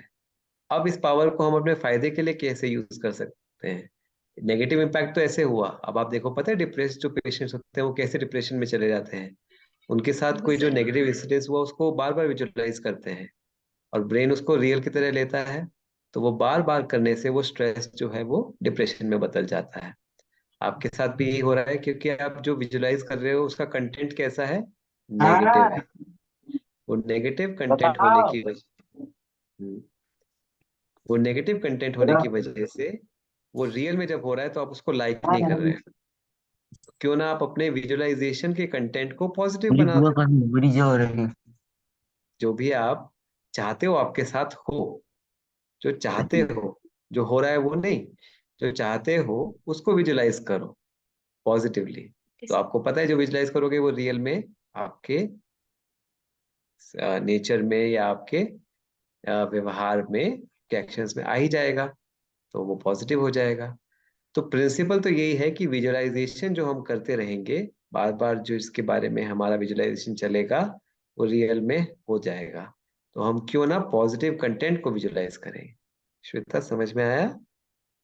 सर वो मैं करना चाहती हूँ पॉजिटिव कंटेंट, लाइक वो वो मैं होता नहीं। क्रिएट करना चाहती हूँ। हाँ, वो होता नहीं है। क्या होता है, करेक्ट। एट द एंड मेरे दिमाग में वही चीजें आती हैं जो मैं नहीं सोचना चाहती। सो राइट, मैंने क्योंकि इसके बेटा लिए एक चीज ट्राई की थी कि मैंने अपने दिमाग को ऐसे चैलेंज करना किया था कि ठीक है, जो मैं मतलब जो नेगेटिव थॉट्स है, मैं उन्हें ऐसा कहती हूँ कि ठीक है, तुम्हें जितना आना है आ जाओ, बट हाँ, मैं खुद को पॉजिटिव करके ही रहूंगी। तो वो धीरे ओके, धीरे आई थिंक थोड़ा कभी कभी काम करता है, बट फिर वो चीजें वापस आ जाती है, नेगेटिव चीजें। तो करेक्ट फिर बात है मैं बेटा, फिर से बिल्कुल आप ठीक कह रहे हो। क्योंकि नेगेटिव कंटेंट ना ऑलरेडी, मैंने अभी ब्रेन लाइब्रेरी बताया था ना आपको, तो ब्रेन लाइब्रेरी में नेगेटिव बहुत ज्यादा भरा जी हुआ है, सर। तो माइंड वही जाके पढ़ता है, उसके पास भी ऑप्शन नहीं है, वो क्या करे बेचारा। और जब आप उसको कहते हो कि जितना नेगेटिव आना है और आ जाओ, तो आप तो ब्रेन लाइब्रेरी को और भर रहे हो, तो माइंड के पास तो और नेगेटिव आ जाएगा। इसीलिए आज के टाइम में स्पिरिचुअलिटी, मेडिटेशन बहुत ज्यादा इंपॉर्टेंट हो गया है, क्योंकि नेगेटिविटी बाहर के एटमॉस्फेयर में बहुत ज्यादा है, बहुत ज्यादा है। तो अपनी ब्रेन लाइब्रेरी को हमें चेंज करना ही होगा, उसको पॉजिटिव कंटेंट से भरना ही होगा। और जब हम पावरलेस हो जाते हैं, मान लो एक छोटा बच्चा है, उसके सामने कोई एक डेंजर आ जाए, तो वो क्या करता है जाके? वो वो अपने जाके पड़ अपने जाता है, मम्मी, अपने फोन हाँ, जाता है। मम्मी के पास चले जाता है, ठीक है, और उनके पास वो सेफ सिक्योर फील करता है। ऐसे ही आज के टाइम में हमारा जो सेवियर है वो एक गॉड है, तो गॉड से हम वो पावर ले सकते हैं। तो वो मेडिटेशन में हम क्या करते हैं, हम वो गॉड से ही तो पावर लेते हैं, गॉड से पावर लेके फिर हम पावरफुल बनते हैं और फिर अपने मन को कंट्रोल करना सीख जाते हैं। आपको पता है, जब हम आपकी एज के थे हमने भी ऐसे ही किया, गॉड से पावर लेकर हमने भी अपने थॉट्स पर कंट्रोल करना सीख लिया। इसीलिए तो गॉड का यहीं पर तो रोल है। ओके, थैंक यू भाई जी। अब मुझे लगता है क्वेश्चंस बहुत सारे बच्चों के हैं, तो ग्रुप बना ही हुआ है, तो सभी स्टूडेंट से मेरी रिक्वेस्ट है, या जिसके भी पेरेंट्स का भी है, वो ग्रुप में क्वेश्चंस डाल दें। तो पॉसिबल होगा तो ग्रुप में, नहीं तो कोई सेशन एक्स्ट्रा कभी ले करके उस पे ये प्रॉब्लम्स को सॉल्व कर दिया जाएगा भाई जी से। एक क्वेश्चन जो कॉमनली सभी का आ रहा है, जो चैट बॉक्स में दिख रहा है, वो ये है कि स्ट्रेस होता है, चाहे वो एग्जाम्स की बात हो, जी जी। चाहे वो रिलेशनशिप्स की बात हो, चाहे वो कहीं पर भी कोई भी बाहर नेगेटिव जो हमारे फेवरेबल सिचुएशन नहीं है उसकी बात हो, तो स्ट्रेस को कैसे हैंडल करें, स्ट्रेस मैनेजमेंट की जो बात चल रही है। तो इतना तो हमें खुशी है कि सब आप लोग समझते हैं कि स्ट्रेस ठीक नहीं है हमारे लिए। स्ट्रेस नेचुरल नॉर्मल रिस्पॉन्स नहीं है, वो हार्मफुल है। तो जो चीज़ हार्मफुल है वो नेचुरल नहीं हो सकती, नेचुरल चीज़ कभी हार्मफुल नहीं होती। तो स्ट्रेस एक डिजीज है, डिस ईज, जिसमें हम ईज में नहीं होते, हम कंफर्टेबल नहीं होते, और वो हमारी ब्रेन पावर को कम करता है, हमारी एबिलिटी को, मेमोरी को, फोकस को कम करता है। तो ये बात आप अच्छे से समझते हैं, इसकी हमें खुशी है। अब उसको हटाएं कैसे? स्ट्रेस क्रिएट कौन कर रहा है? वो कर रहा है हमारा माइंड, जो अमिगडाला है, क्योंकि उसको आदत पड़ गई है, उसने एक कंडीशनिंग बना रखी है कि भाई बाहर अगर सिचुएशन ठीक नहीं है तो अंदर ऑटोमेटिकली स्ट्रेस क्रिएट कर दो। जैसे हमने वो डॉग एक्सपेरिमेंट देखा था, तो सबसे पहले तो हमें वो डीकंडीशन करना होगा, ये पक्का कर लेना चाहिए कि बाहर की सिचुएशन अगर अनफेवरेबल है भी, चाहे एग्जाम्स हैं, चाहे रिलेशनशिप्स में प्रॉब्लम है, चाहे किसी ने कुछ कह दिया है, चाहे फाइनेंस है, कुछ भी है, चाहे हेल्थ इश्यूज हैं, तो स्ट्रेस के अलावा हमारे माइंड के पास ऑप्शन है स्टेबल रहने की, रिस्पॉन्स क्रिएट करने की उसके पास ऑप्शन है। जरूरी नहीं है कि बाहर नेगेटिव है तो अंदर भी माइंड या मन को स्ट्रेस ही क्रिएट करना है, ऐसा कोई कंपल्सरी नहीं है। और उसको करना भी नहीं चाहिए, क्यों? क्योंकि वो इनको फिर पावर कम कर देगा। तो पहली चीज तो ये समझ लेंगे। अब वो चेंज कैसे करें, माइंड स्ट्रेस क्रिएट ना करके स्टेबल रहे, वो कैसे हो? तो उसके लिए power चाहिए, बिल्कुल चाहिए। स्ट्रेस के रिस्पॉन्स को स्टेबल रिस्पॉन्स में कन्वर्ट करने के लिए पावर इसमें कोई दो राय नहीं है। और वो पावर हमें पावर हाउस या सोर्स से ही मिल सकती है, और उसका सोर्स वो है गॉड। और मेडिटेशन जब हम करते हैं तो वो पावर हम उससे ले सकते हैं। लेकिन मेडिटेशन की भी एक टेक्निक होती है, साइंटिफिक टेक्निक होती है, और वो साइंटिफिक टेक्निक के थ्रू ही आप उससे पावर्स ले सकते हो। नहीं तो क्या होता है, आजकल के समय में इतनी जगह में इतने तरह का मेडिटेशन आपको बोला जाता है कि सांसों पे ध्यान दो, मोमबत्ती पर ध्यान लगाओ, अपने यहाँ पर ध्यान लगा लो, या फिर कुछ को तो मतलब एक आसन भी बता देते हैं। लेकिन आप खुद सोचो, उससे माइंड कैसे स्टेबल होगा? तो मेडिटेशन पूरे एक साइंस है, और करेक्ट मेडिटेशन सीखना बहुत जरूरी है। इसके लिए अगर आप YouTube में जाएंगे और हमारा नाम टाइप करेंगे, डॉक्टर स्वपन गुप्ता, तो हमने साइंटिफिक मेडिटेशन के ऊपर वीडियोस भी बनाए हैं, और भी वीडियोस हैं, तो वो आप देख सकते हैं, रेफर कर सकते हैं। बाकी राजयोग मेडिटेशन जो है, जो अपने यहाँ पर जो अमित भाई हैं जिन्होंने ऑर्गेनाइज किया, वो भी प्रैक्टिस करते हैं। वो इसकी डिटेल्स आपको जो व्हाट्सएप ग्रुप है उसमें भी डाल देंगे।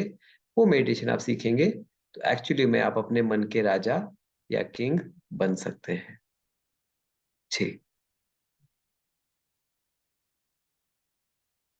बहुत बहुत धन्यवाद डॉक्टर सपन भाई जी, आपने इतना कीमती समय निकाला। अब मैं अपने सेंटर की दीदी ज्योति दीदी को इनवाइट करना चाहूंगा। ज्योति दीदी, वो कुछ।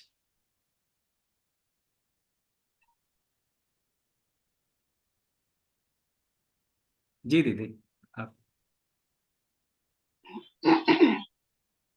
ओम शांति। आवाज आ रही है? जी दीदी, बिल्कुल सही आवाज आ रही ओम शांति दीदी। है? ओम शांति। भाई साहब ने बहुत अच्छे से सब बच्चों को गाइड किया, बहुत अच्छे अच्छे पॉइंट्स दिए, बहुत अच्छा लगा सुन करके। और शायद सब बच्चों को भी कुछ ना कुछ सोल्यूशन जरूर मिला होगा। और मोस्टली सबकी प्रॉब्लम एक ही है कि सबको स्ट्रेस है और कंसंट्रेशन की प्रॉब्लम है। तो जब हम किसी एक चीज को बार बार हाईलाइट करते हैं या बार बार उसी पर ही हमारा टेंशन जाता है, तो नेचुरल है कि वही चीज हमारे अंदर बार बार क्रिएट होने के कारण हमारे पास उसका कलेक्शन हो जाता है। तो जितना जितना हम पॉजिटिविटी के विषय में सोचेंगे, अपने लिए जितना हम पॉजिटिव होंगे, उतना उतना हमारे अंदर का जो स्ट्रेस लेवल है वो कम होता जाएगा। आवश्यकता है हम सबको अपने अंदर पॉजिटिविटी क्रिएट करने के लिए। सेल्फ कॉन्फिडेंस हमारा कैसे क्रिएट हो, अपने विषय में हम कैसे अच्छा सोच सके। से कई बच्चों के क्वेश्चन थे, उन्होंने पूछा कि हम ऐसा चाहते हैं, करना भी चाहते हैं, लेकिन फिर भी कर नहीं पाते हैं क्योंकि स्ट्रेस होता है। तो आज से पहले हमेशा हम सबको यही समझ में आया, कोई भी काम स्ट्रेस के बिना शायद नहीं कर सकते हैं। लेकिन जब हम रिलैक्सफुल माइंड के साथ में कोई वर्क करना स्टार्ट करते हैं, तो वो वर्क की एफिशिएंसी ऑटोमेटिक बढ़ जाती है। और जब हम कोई भी कार्य को करते हैं और स्ट्रेस के साथ करते हैं, तो वर्किंग कैपेसिटी, उसकी एफिशिएंसी अपने आप डाउन हो जाती है। तो आप सब स्टडी करने वाले हैं, स्टूडेंट हैं, आप सबको बहुत छोटे रूप में अगर देखा जाए, तो इस समय आप ग्रोइंग एज में हैं। तो जितना भी आप ग्रो करना चाहेंगे, आगे बढ़ना चाहेंगे, बढ़ सकेंगे। इसलिए जितना हो सके अपने माइंड को कॉन्सेंट्रेट करने के लिए एक परमात्मा के साथ अपने को कनेक्ट करना सीखे, जिसको हम सब मेडिटेशन मेडिटेशन बार बार कह रहे हैं। तो मेडिटेशन का मतलब ही होता है कनेक्शन। और वो कनेक्शन उस सुप्रीम गॉड के साथ हमारा कैसे जुड़े, उसकी विधि ब्रह्मा कुमारी सेवा केंद्र पर सिखाई जाती है। मेडिटेशन सेंटर हैं हमारे पूरे ऑल ओवर वर्ल्ड के अंदर, इंडिया के अंदर। आज सब आप लोगों ने जो क्वेश्चन किए, वो आप में से कई बाहर के भी थे, लखनऊ के भी थे। तो हमारे ब्रह्मा कुमारी के जहाँ जहाँ भी सेवा केंद्र हैं, लखनऊ में हमारा लाइट हाउस सेवा केंद्र है, वहां पर आ सकते हैं। बाहर में भी आप सब सर्च करेंगे तो ब्रह्मा कुमारी के जो सेवा केंद्र हैं, वहां जा करके आप ये मेडिटेशन ज्वाइन कर सकते हैं। और यहाँ की नॉलेज के थ्रू आप अपने माइंड को कैसे कॉन्सेंट्रेट करें, उस विधि को बहुत सहज सीख सकते हैं। क्योंकि कहते हैं practice makes a man perfect. तो जैसे आप अपनी स्कूल वाली प्रैक्टिस को कंटिन्यू रखते हैं, वैसे ही ये मेडिटेशन भी हमको कंटिन्यू चाहिए। जैसे भाई साहब ने कहा ना, सुबह सुबह हम अभ्यास करते हैं, 1 घंटा राजयोग का अभ्यास करते, मेडिटेशन का अभ्यास करते हैं, तो ऐसे ही हम इस मेडिटेशन को अपनी प्रैक्टिस में शामिल करेंगे तो ऑटोमेटिक हमको हमारी स्टडीज में बहुत ही हेल्प मिलेगी। और जो बार बार हम होपलेस हो जाते हैं या फिर दूसरों के साथ कहीं ना कहीं हमको कुछ प्रॉब्लम्स होती हैं कि अगला आगे जाता है और हम उतना आगे क्यों नहीं जा सकते, तो अपने लिए एक थॉट हमको क्रिएट करने की जरूरत है। हम कर सकते हैं, हमने पहले भी किया था, हम नहीं करेंगे तो और कौन करेगा। जब इतनी मेहनत करने वाला मैं हूँ या मैं हूँ, तो वो मेहनत जब मैं कर रहा हूँ तो मुझे सफलता ना मिले ऐसा हो नहीं सकता। मैंने पहले भी सफलता प्राप्त की थी और अभी भी सफलता मुझे मिलेगी, चाहे वो स्टडी के अनुसार हम सोचें या आगे भविष्य में हम कुछ बनना चाहते हैं उसके विषय में हम सोचते हैं, हम कर सकते हैं। आवश्यकता इसी चीज की है कि हम बार बार गलत चीज के विषय में या नेगेटिव या उल्टे विचारों को छोड़ करके पॉजिटिविटी पर फोकस करें। जैसे एक पॉइंट भाई साहब ने बहुत अच्छी बताई कि कोई भी चीज को अगर हम रखते हैं गंदे रूप में, भाई साहब ने उदाहरण दिया था ना कि गंदा ग्लास में पानी भरा हुआ है, मिट्टी पड़ी हुई है, तो उसको हम निकालने के लिए क्या करेंगे। हम सबकी नेचर होती है, पहले हम उस ग्लास को कहीं जा करके पलट करके आएंगे ताकि वो खाली हो जाए, फिर उसको क्लीन करेंगे, फिर उसमें हम प्योर वाटर भरेंगे। लेकिन अभी जो प्रोसेस है या टाइमिंग के अनुसार सोचे, हम सबके पास समय की बहुत कमी है और उस कमी के कारण अगर हम ये सोचते हैं कि ये सब ठीक भी हो जाए, तो तरीका क्या होगा, ग्लास को टैप के नीचे रखना है और फुल उसको नॉब खोल देनी है। ऑटोमेटिक जितना फोर्स के साथ वाटर उसके अंदर जाएगा तो गंदगी अपने आप बाहर आएगी और प्योर वाटर उसके अंदर फिल हो जाएगा। ऐसे ही समझ लें, परमात्मा जो है वो हीलिंग करने वाला है, हमारे अंदर की इम्प्योरिटी को निकालने वाला है। जितना कोशिश करेंगे उसके टच में रहने की, उसके पास रहने की और उससे कनेक्ट रहने की, तो ऑटोमेटिक हमारे अंदर की जो इम्प्योरिटी है या नेगेटिविटी है ये ऑटोमेटिक रिमूव हो जाएगी। इसको हमें अलग से रिमूव करने की जरूरत नहीं पड़ेगी। जो हम बार बार कह रहे हैं ना, क्या करें क्या करें, ये क्वेश्चन शायद हम सबके अपने आप समाप्त हो जाएंगे। और हम सब रेगुलर मेडिटेशन करने वाले हैं, इसलिए हम आपको सजेस्ट करेंगे कि आप सब राजयोगा मेडिटेशन सेंटर जो हमारे ब्रह्मा कुमारी के हैं वहां पर जाएं और जाकर के ये राजयोगा क्लासेस ज्वाइन करें। और अगर लखनऊ में है तो ये लाइट हाउस सेवा केंद्र है हिंद नगर में, वहां पर कर सकते हैं और कांटेक्ट नंबर आपको अमित सर से मिल जाएगा। 2 मिनट हम सब मेडिटेशन करके फिर सेशन कंप्लीट करें।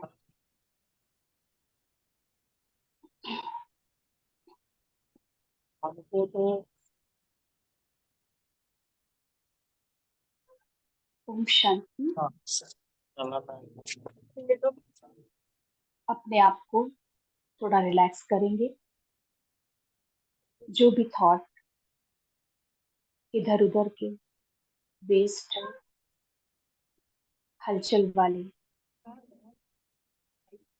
मेरे पास आ रहे हैं, उन सभी थॉट्स को थोड़ी देर के लिए कहते हैं ब्रेक फॉर अ टाइम, थोड़ी देर के बाद आना।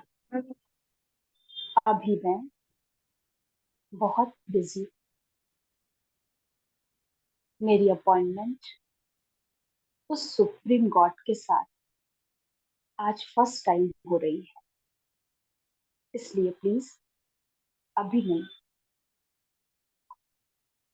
और चलेंगे अपने संकल्पों को उसके साथ कनेक्ट करने के लिए।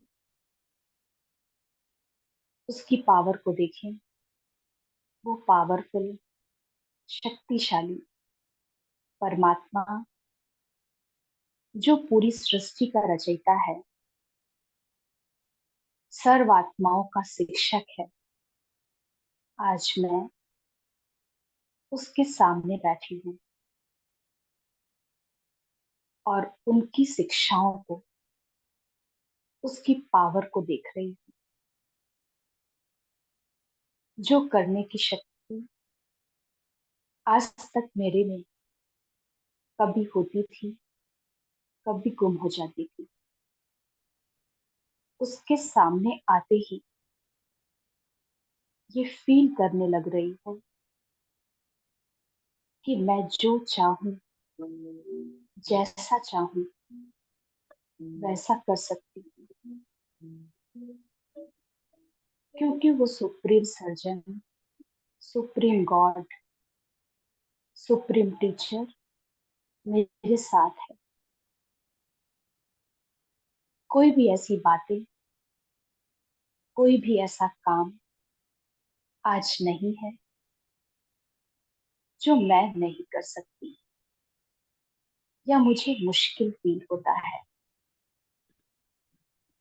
अपने आप को इतने श्रेष्ठ विचारों से भरते जाएं और परमात्मा की उस पावर का, उस शक्ति का अनुभव करते जाएं,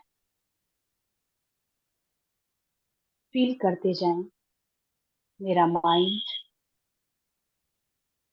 उस पवित्र ऊर्जा से भरपूर हो रहा है। मेरी एक एक सेल स्ट्रांग होती जा रही, मेरा ब्रेन बहुत ही एक्टिव और पावरफुल, पॉजिटिव होता जा रहा है। मेरे ब्रेन की जितनी भी नेगेटिविटी है वो उस सुप्रीम शक्ति के साथ समाप्त होती जा रही। पावरफुल ब्रेन होते होते आज फील कर रही हूँ मैं स्ट्रांग हूँ, मैं जो चाहे वो कर सकती हूँ। मेरा माइंड लाइट होता जा रहा है, अंदर का भार, अंदर के विकल्प, नेगेटिव वाइब्रेशंस, नेगेटिव थॉट्स सब क्लीन होते जा रहे हैं और पावरफुल वेव्स मेरी पूरी बॉडी को पावरफुल बना रही। वो वाइब्रेशंस, पावरफुल किरणें मेरे पूरे शरीर को भी स्ट्रॉन्ग, एनर्जेटिक बना रही है। जो कभी कभी लेजीनेस आती है, उस पावरफुल शक्ति से कनेक्ट होकर वो लेजीनेस भी दूर होती जा रही। मेरा स्ट्रॉन्ग ब्रेन अब फुल एक्टिव है श्रेष्ठ कार्य करने के लिए, अपनी अच्छी स्टडी करने के लिए और हर स्टडी को कंप्लीट करके सक्सेसफुल बनने के लिए। Thank you Baba, thank you supreme God, thank you supreme God. Shiv Baba thank you. ओम शांति, ओम शांति, ओम शांति। धन्यवाद। थैंक यू दीदी, ब्लेसिंग्स के लिए और इतनी अच्छी बातें बताने के लिए। और साथ ही साथ डॉक्टर स्वपन भाई को भी बहुत बहुत थैंक्स, जो अपना इतना कीमती समय निकाला इन बच्चों के साथ। और जिन भी बच्चों के क्वेश्चंस रह गए होंगे मैं ग्रुप ओपन कर दूंगा, उसमें अपने क्वेश्चंस पोस्ट कर देंगे। और जैसा दीदी ने बताया, लाइट हाउस हिंद नगर में हमारा सेंटर है, वहाँ आके कोर्स कर सकते हैं। और एक अरेंजमेंट और भी है जो इनके लिए मुश्किल है, दीदी से परमिशन ले करके ये ऑनलाइन कोर्स की भी व्यवस्था की जा सकती है अगर सफिशिएंट लोग हो जाते हैं तो। धन्यवाद। आज का सेशन यहीं क्लोज करते हैं। हाँ, पूरे अगर लोग एग्री होंगे तो किया जा सकता है। जी जी दीदी। ओम शांति। सेशन यहीं पे एंड करते हैं।